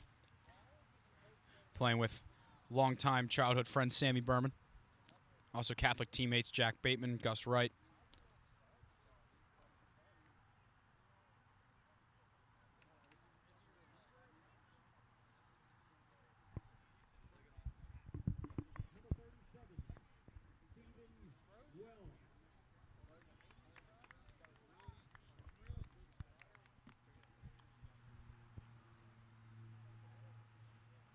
Stephen Wells leads the inning off here for Wayne.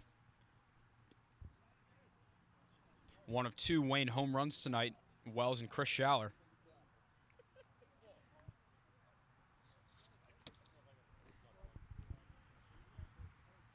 Wells has reached base all 3 times. He's been hit by a pitch. He's homered, and he's also singled. We talked about coming in. Wells has been dealing with an injury. He's not been his usual self in the playoffs, but he's always one swing away from snapping out of it. And he tattooed a line drive homer out to left center. Grounds that one over to right field. That'll be a base hit. Stephen Wells reaches base for the 4th time today.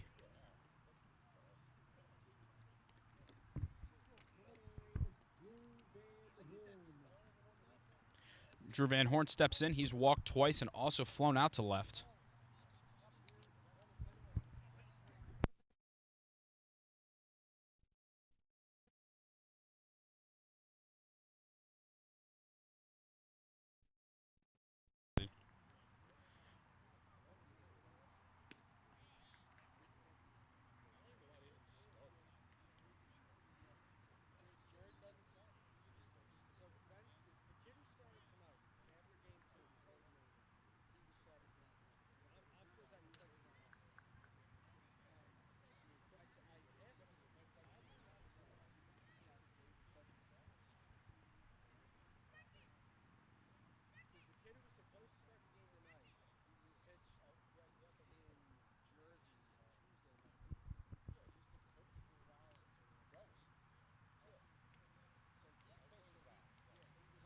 Pitch to Van Horn. He kind of picks that one off the ground. It's going to be off the glove of Brennan Till, who tried to make an over-the-shoulder catch. That one hitting the perfect spot here, and it'll be first and second here with nobody out. You can tell Stephen Wells wincing a little at second with that knee.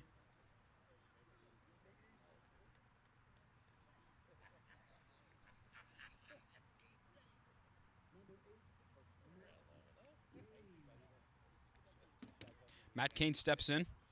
He's got a walk, a ground out, and a strikeout today.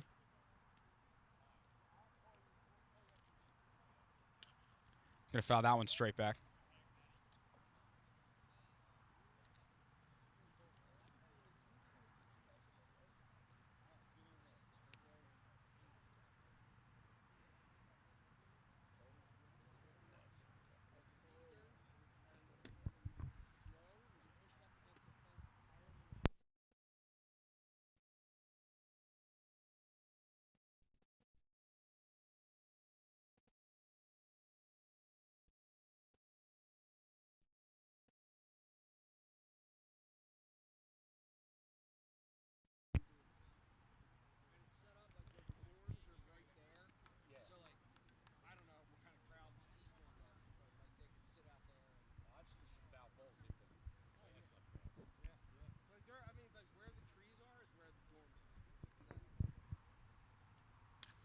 Cain puts a good charge into that one into left center, but Sammy Berman looks like he has that one under control and tosses it back in for out number 1.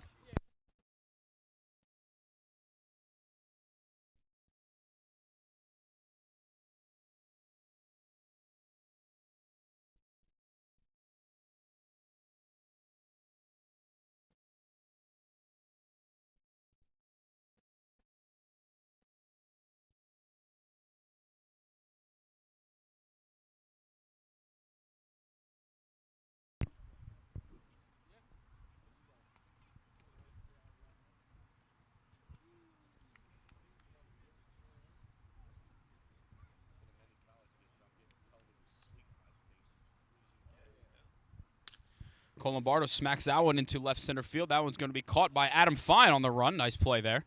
Stephen Wells will have to retreat back to second.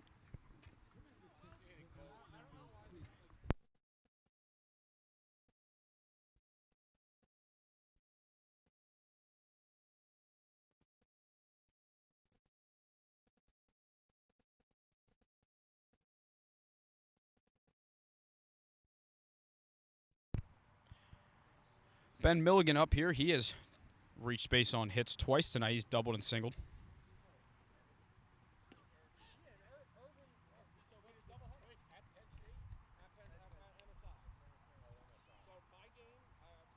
Milligan has driven in 3 runs. Chris Schaller has driven in 4. Aiden Fry has also driven in 4. Stephen Wells has driven in 2. That one going to catch Mark Holland behind the plate. That one's going to sting. He's going to need a second here. Looks like that one got him maybe in the forearm. Christian Strickland will take a quick walk out.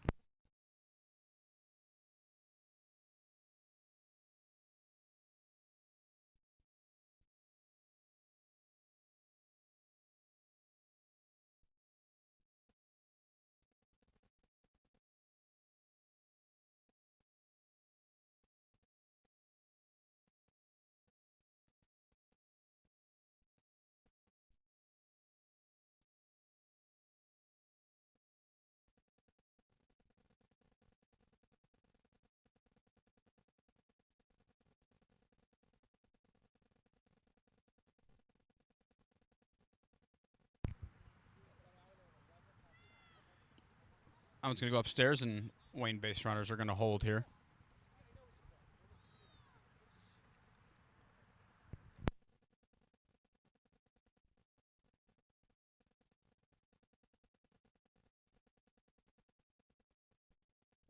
Starting to get a bit darker here. It's the top of the 4th inning. Feels lovely for those wondering at home. Pitch to Milligan. That was going to be grounded. Backhanded by Brendan Till. It's not going to have a play. It's going to be an infield single for Ben Milligan. His 3rd hit of the game. Well, Chris Showers reached base all 4 times today. 2 singles, a homer, and a walk.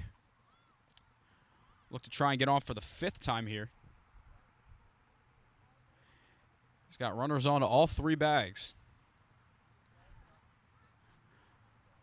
Certainly a leading contender for Finals MVP here. So he crushes that one out to left field.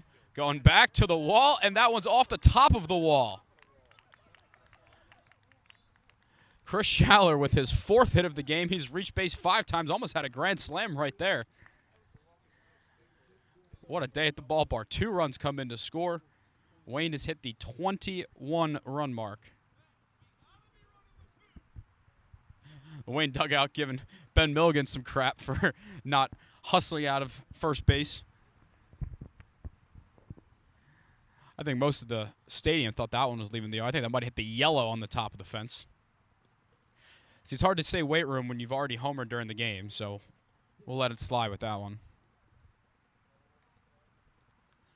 Well, if this is Shower's last Delco League game, I think he went out on a good note if he's not back playing here next summer. Reached base 5 times tonight, 3 singles, a homer, and a walk. Elliot Dix, after coming off the bench, he singled back in the 3rd.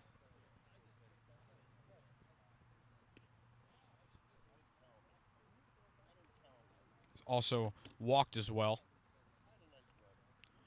For Upper Darby, not exactly how you imagine the dynasty coming to an end this year. They've won back-to-back championships. They were the 1 seed. They beat Wayne out by a good margin for the 1 seed.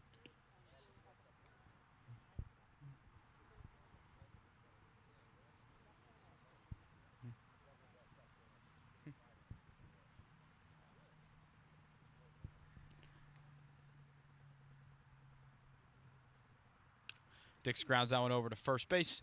Dan Gavlik fields it, will take it himself, step on the bag, and that'll do it here for Wayne in the top of the 4th. But they have crossed the 20-run mark here for Game 3 at Cardinal O'Hara. We'll head to the bottom of the 4th at O'Hara. We'll see if the Blue Sox can start adding some runs.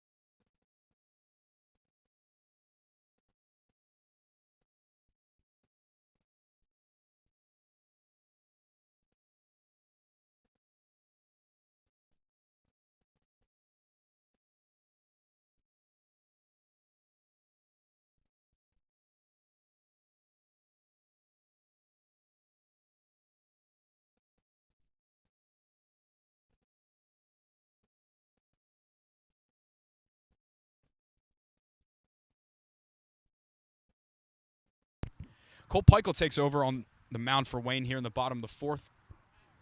He'll face Gus Wright to get things going here. Peichel threw 2 2/3 scoreless relief for Wayne in their Game 1 win here, 2-1.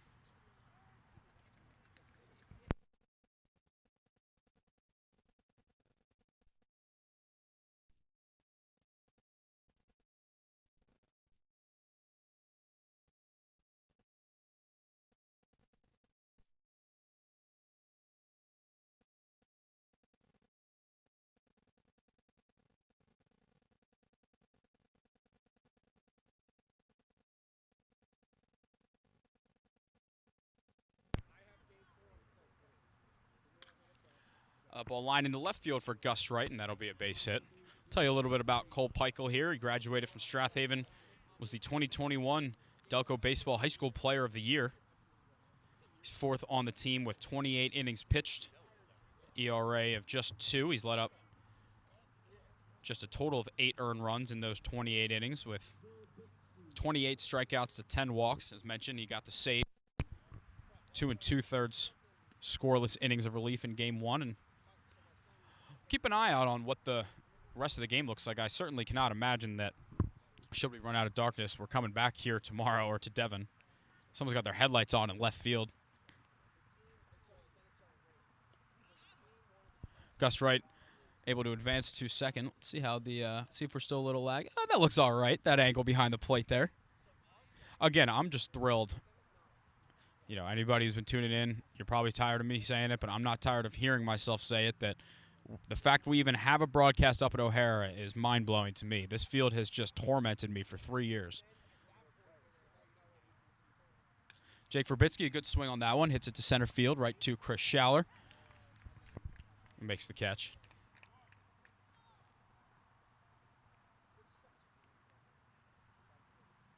A little bit about Chris Schaller out there. He missed the semifinal series due to vacation, but he certainly made up for it in the meantime here, especially tonight.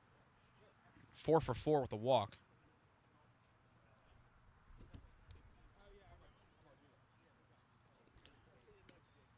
Jack Bateman takes a strike, and for Wayne, it's kind of hard to pinpoint one player for their offensive success. But Schaller's 3-run homer got the ball rolling today, and Wayne really never took their foot off the gas. Ball's going to be popped in the air to shallow left field. Looks like Ben Milgan calling everyone off. He'll make the catch for the second out. I see someone has just shown up here to Cardinal O'Hara. Looks like Kevin King. Well, he's probably going to be the next pitcher in here. Probably didn't plan on coming, but he probably got a text saying, hey, we don't have anyone else. Christian Strickland will try and extend the inning here for Upper Darby. Checks his swing. I believe he did not go.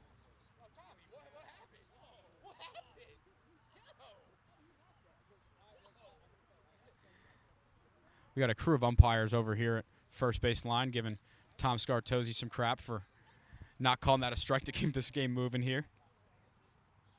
Too much integrity. Tom's been doing this for too long to go against his morals. Sometimes people will ask me about, umpires ask me how their zones were. I'm like, well, I'm all the way up the first baseline. You'd be better off asking our viewers, or better off watching the film yourself, because I can't really see in and out. I can see up and down from here. Christian Strickland grounds that one over to Stephen Wells. Field it, tosses it over to first for the third and final out. Upper Darby held off the board once again here. We'll head to the top of the fifth at Cardinal O'Hara. Wayne on the brink of their 20th Delco League championship.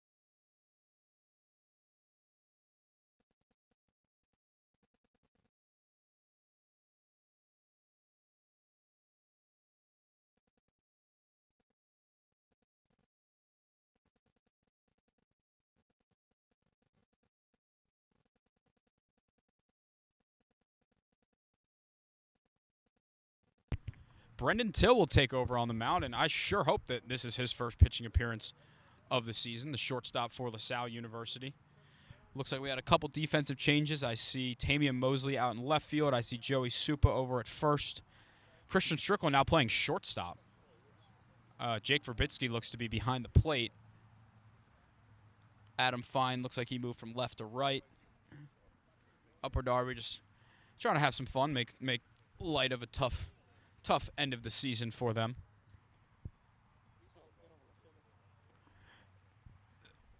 They do not have a right fielder. That is correct, because Adam Fine is actually at second base. So number 22 will enter the game in right field. We've gotten full chaos here. Connor Starn now in right field. Double check. I firmly believe this is Brendan Till's first pitching appearance of the year. First pitch, so that's going to be right to Connor Starn in right field on the ground for a base hit.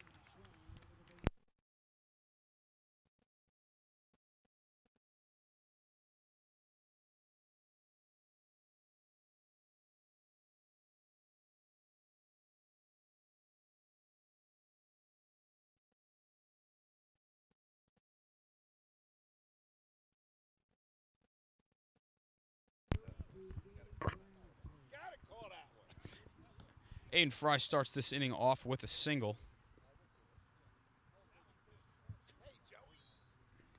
It's 7:34. It's starting to get a little dark here. I don't think we're playing 7, but I think we'll get at least 5 in. Brazzo hops on that one, sends it to Sammy Berman right in center field. Great swing from Braslow, who's definitely started to heat up as this playoff run has gone on.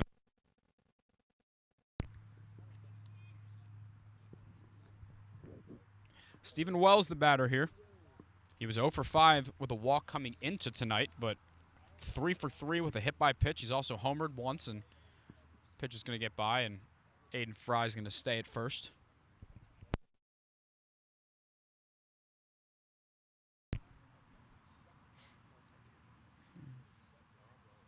Wells will take that one a little low. Looked like some type of off-speed pitch from Brendan Till, who's really been high-energy guy for Upper Darby, but tonight there really hasn't been too much energy to speak of.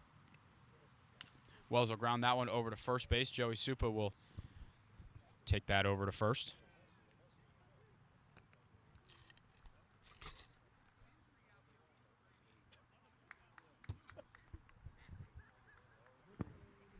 Second out of the inning here for Brendan Till on the mound. Drew Van Horn had a good night.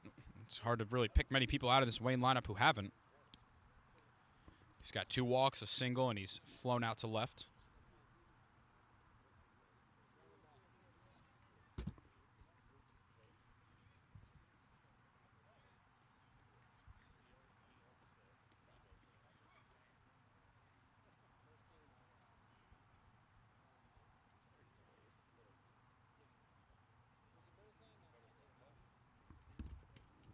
Big swing and a miss from Van Horn here, and we'll see how long this game. I mean, I don't expect to see Dave Jordan fully just hang up the white flag or raise the white flag. Yeah, that sounds about right. But at the same time, I don't also expect to see this game go any longer than it really has to.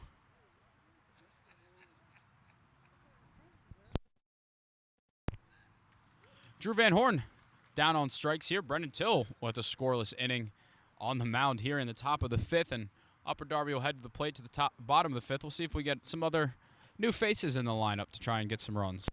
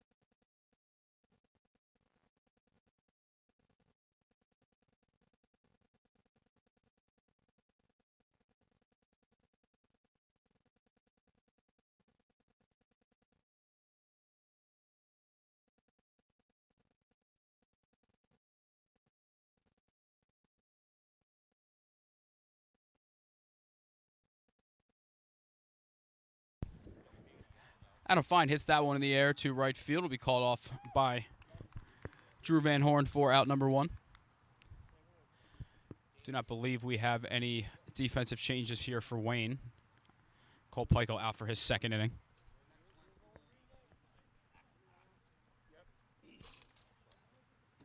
Sammy Berman steps into the box here.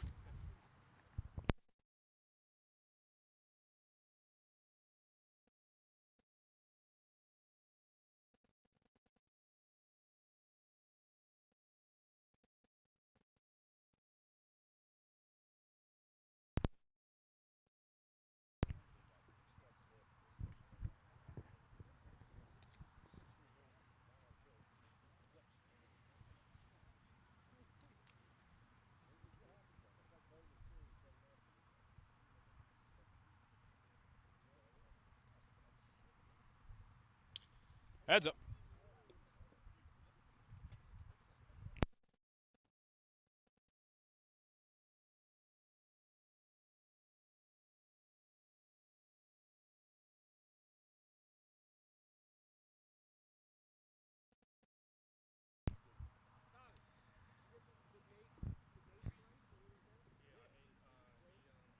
Yeah, that ain't happening behind the plate.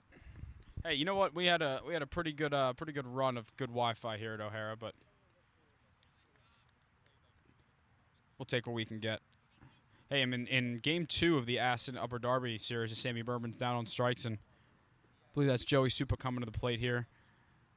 We did not have a stream that was functional. We did not have a competent stream, so I'll take what we can get here. Joey Supa been on this 15 or 16 years. Originally started as a pinch runner when he was 14 years old.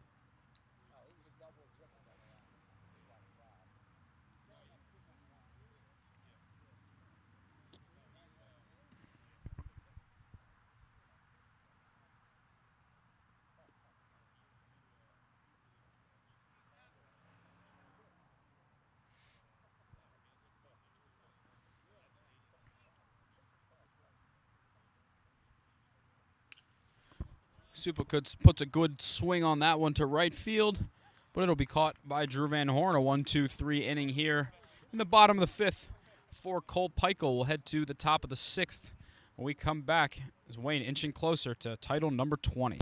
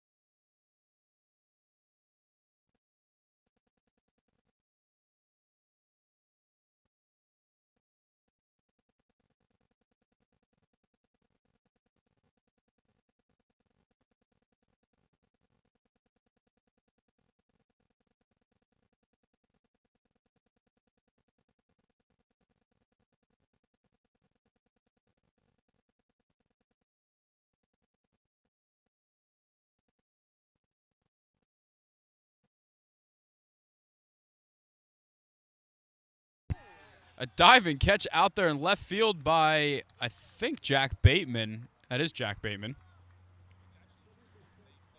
Just robs Matt Cain of a base hit.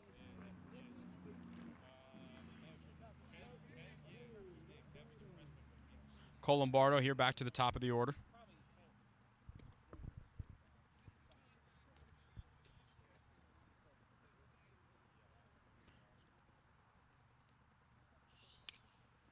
Cole Lombardo is going to hit that one over to shortstop, and that'll be caught. I'm trying to figure out who is playing where on the defense right now is not easy. I have no idea who that is at shortstop. No, think he could come back in the game. I don't think that's the starting pitcher. Ben Milligan's going to hit that one into shallow center field, and Adam Fine at second base makes the catch. And that will do it here in the top of the sixth. The 1-2-3 inning for Christian Strickland on the mound. We'll head to the bottom of the sixth here at O'Hare. If you're still with us, God bless.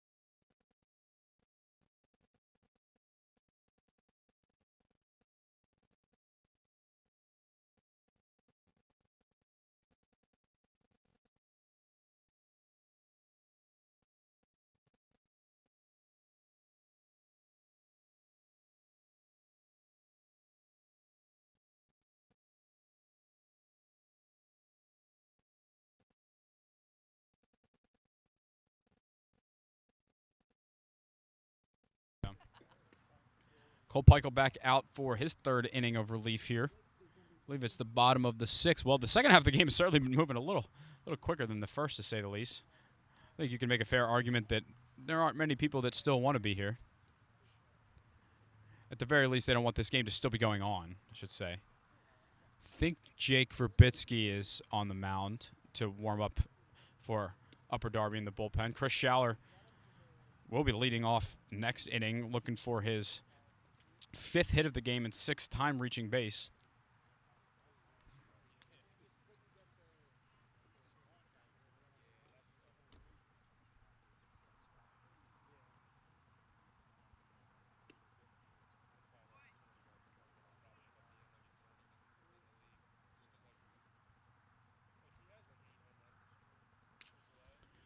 Ground ball over to second base. Danny Braslow has that one, throws over to first for the second out of the inning.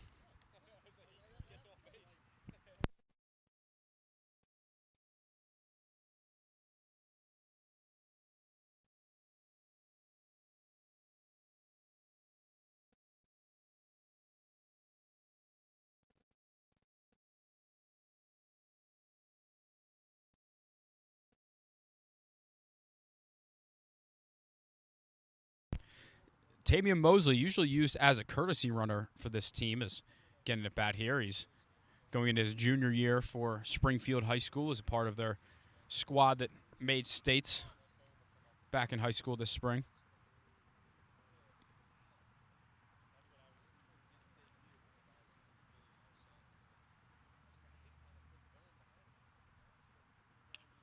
He's going to hit that one down the right field line. That one's going to be just foul.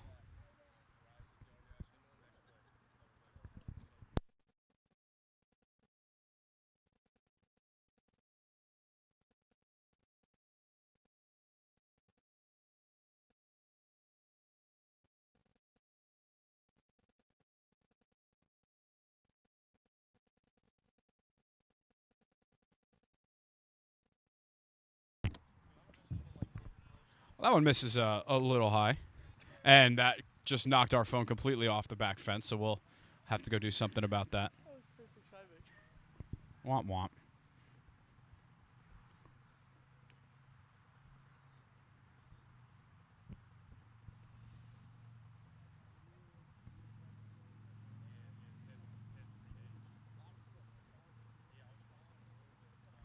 Certainly going to be a bit of a more mellow championship celebration here for Wayne, to say the least. Whatever the opposite of a dog pile is, that is what I would imagine I'll be seeing. It's a nice group hug, yeah.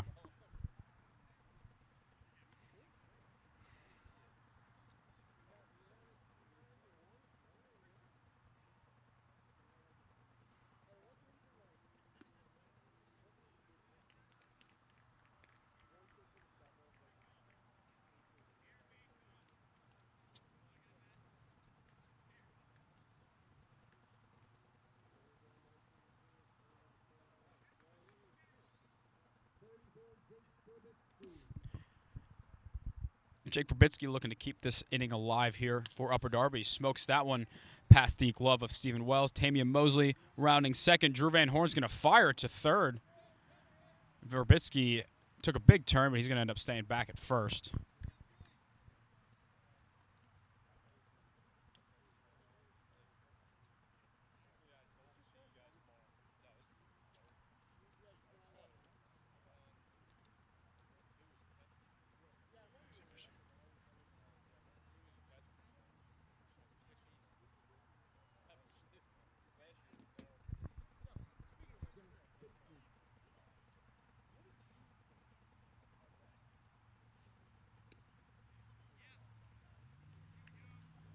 Jack Bateman, Christian Strickland due up next here for the Blue Sox.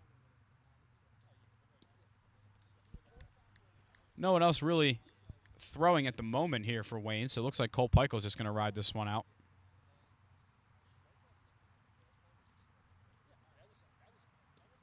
Jack Bateman tries to check a swing. They're going to check it. Yes, he did. Getting some sarcastic boos, sarcastic cheers.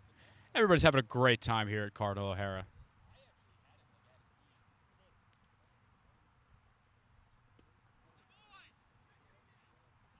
Now it's going to be a bit low.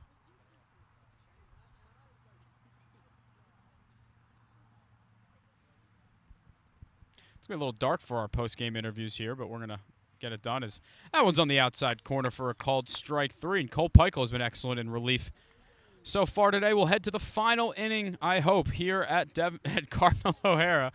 Not Devon Prep. Cardinal O'Hara. Wayne leading this one 21-2.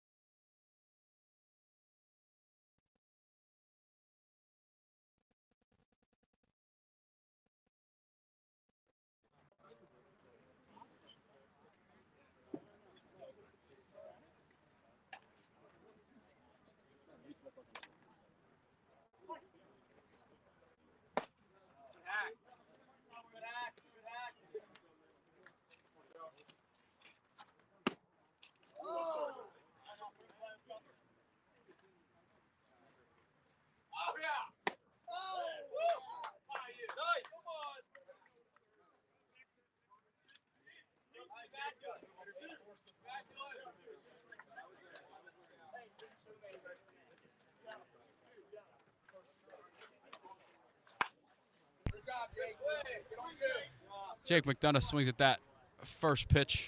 And a quick 2 outs here for Wayne. Some veteran ABs here just trying to get this thing moved on here.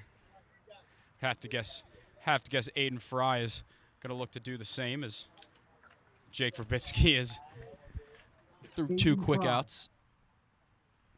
Oh, and that one hit him. Certainly don't think that one was on purpose.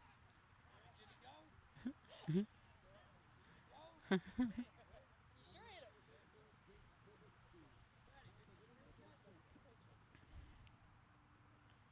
believe I've lost track of how many non-pitchers have had to pitch for Upper Darby today.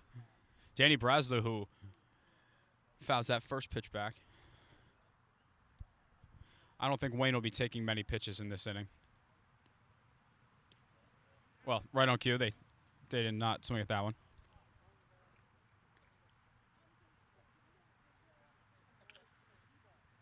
That was going to be caught by Joey Supa. A quick 3 outs in the top of the 7th, and we'll see if Upper Darby can put 20 on the board when we come back.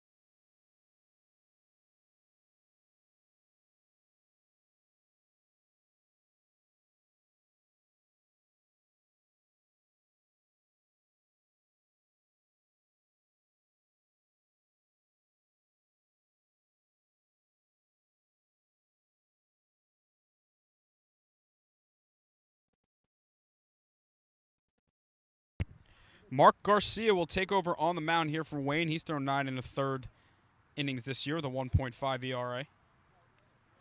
First pitch to Christian Strickland in there for a strike. Wayne looking for their 20th championship since 1986.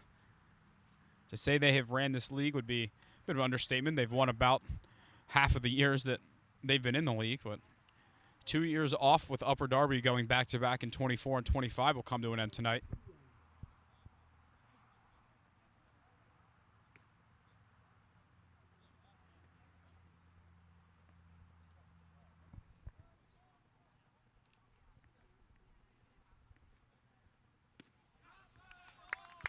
Down on strikes looking is Christian Strickland for out number 1.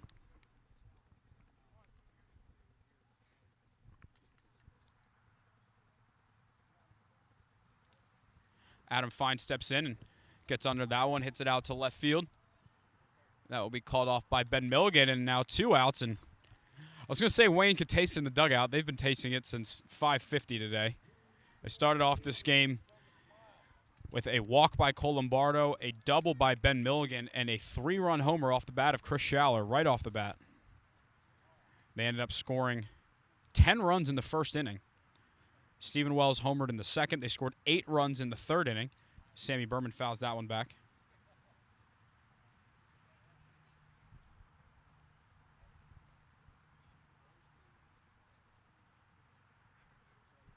Just a full team effort in the win here today for Wayne. Chris Schaller had 4 hits and drove in 6 runs. Stephen Wells had 3 hits and homered. Ben Milligan had 3 hits and drove in 3 runs. Aiden Fry was 4 for 5 with 4 RBIs. 4 players on the team with 3 or more hits today. Pitch to Berman, just a bit outside.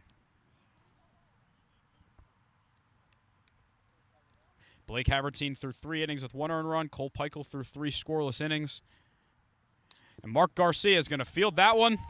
Flip over to first, and for the 20th time in Delco League history, Wayne is the Delco League champion. They take down Upper Darby in 3 games with an emphatic 21-2 win here in Game 3. Congratulations to Wayne for an unbelievable season. They came into the playoffs as the 2 seed with an offense that could struggle at times, and even through the playoffs, they battled through some low offensive totals. They won 2-1 in Game 1, 4-3 in Game 2, but the offense that they dreamed about finally came all together here in Game 3 of the finals with a 21-2 win. And for Upper Darby, their streak of consecutive Delco League championships come to an end. They won in 24 and 25. They were looking for the three-peat, but Wayne was too much for them to handle here in 2026. Thank you, everyone, for following along as we've revived the Delco League YouTube, created the Delco League Instagram. Excited for what the future has, but for today, this is Wayne's day. Make sure to stay tuned to our website, social media for some post-game content. But for myself, Brendan Ricciardi, for the whole Delco League, for intern Tyler, thank you so much for tuning in. We'll see you next year.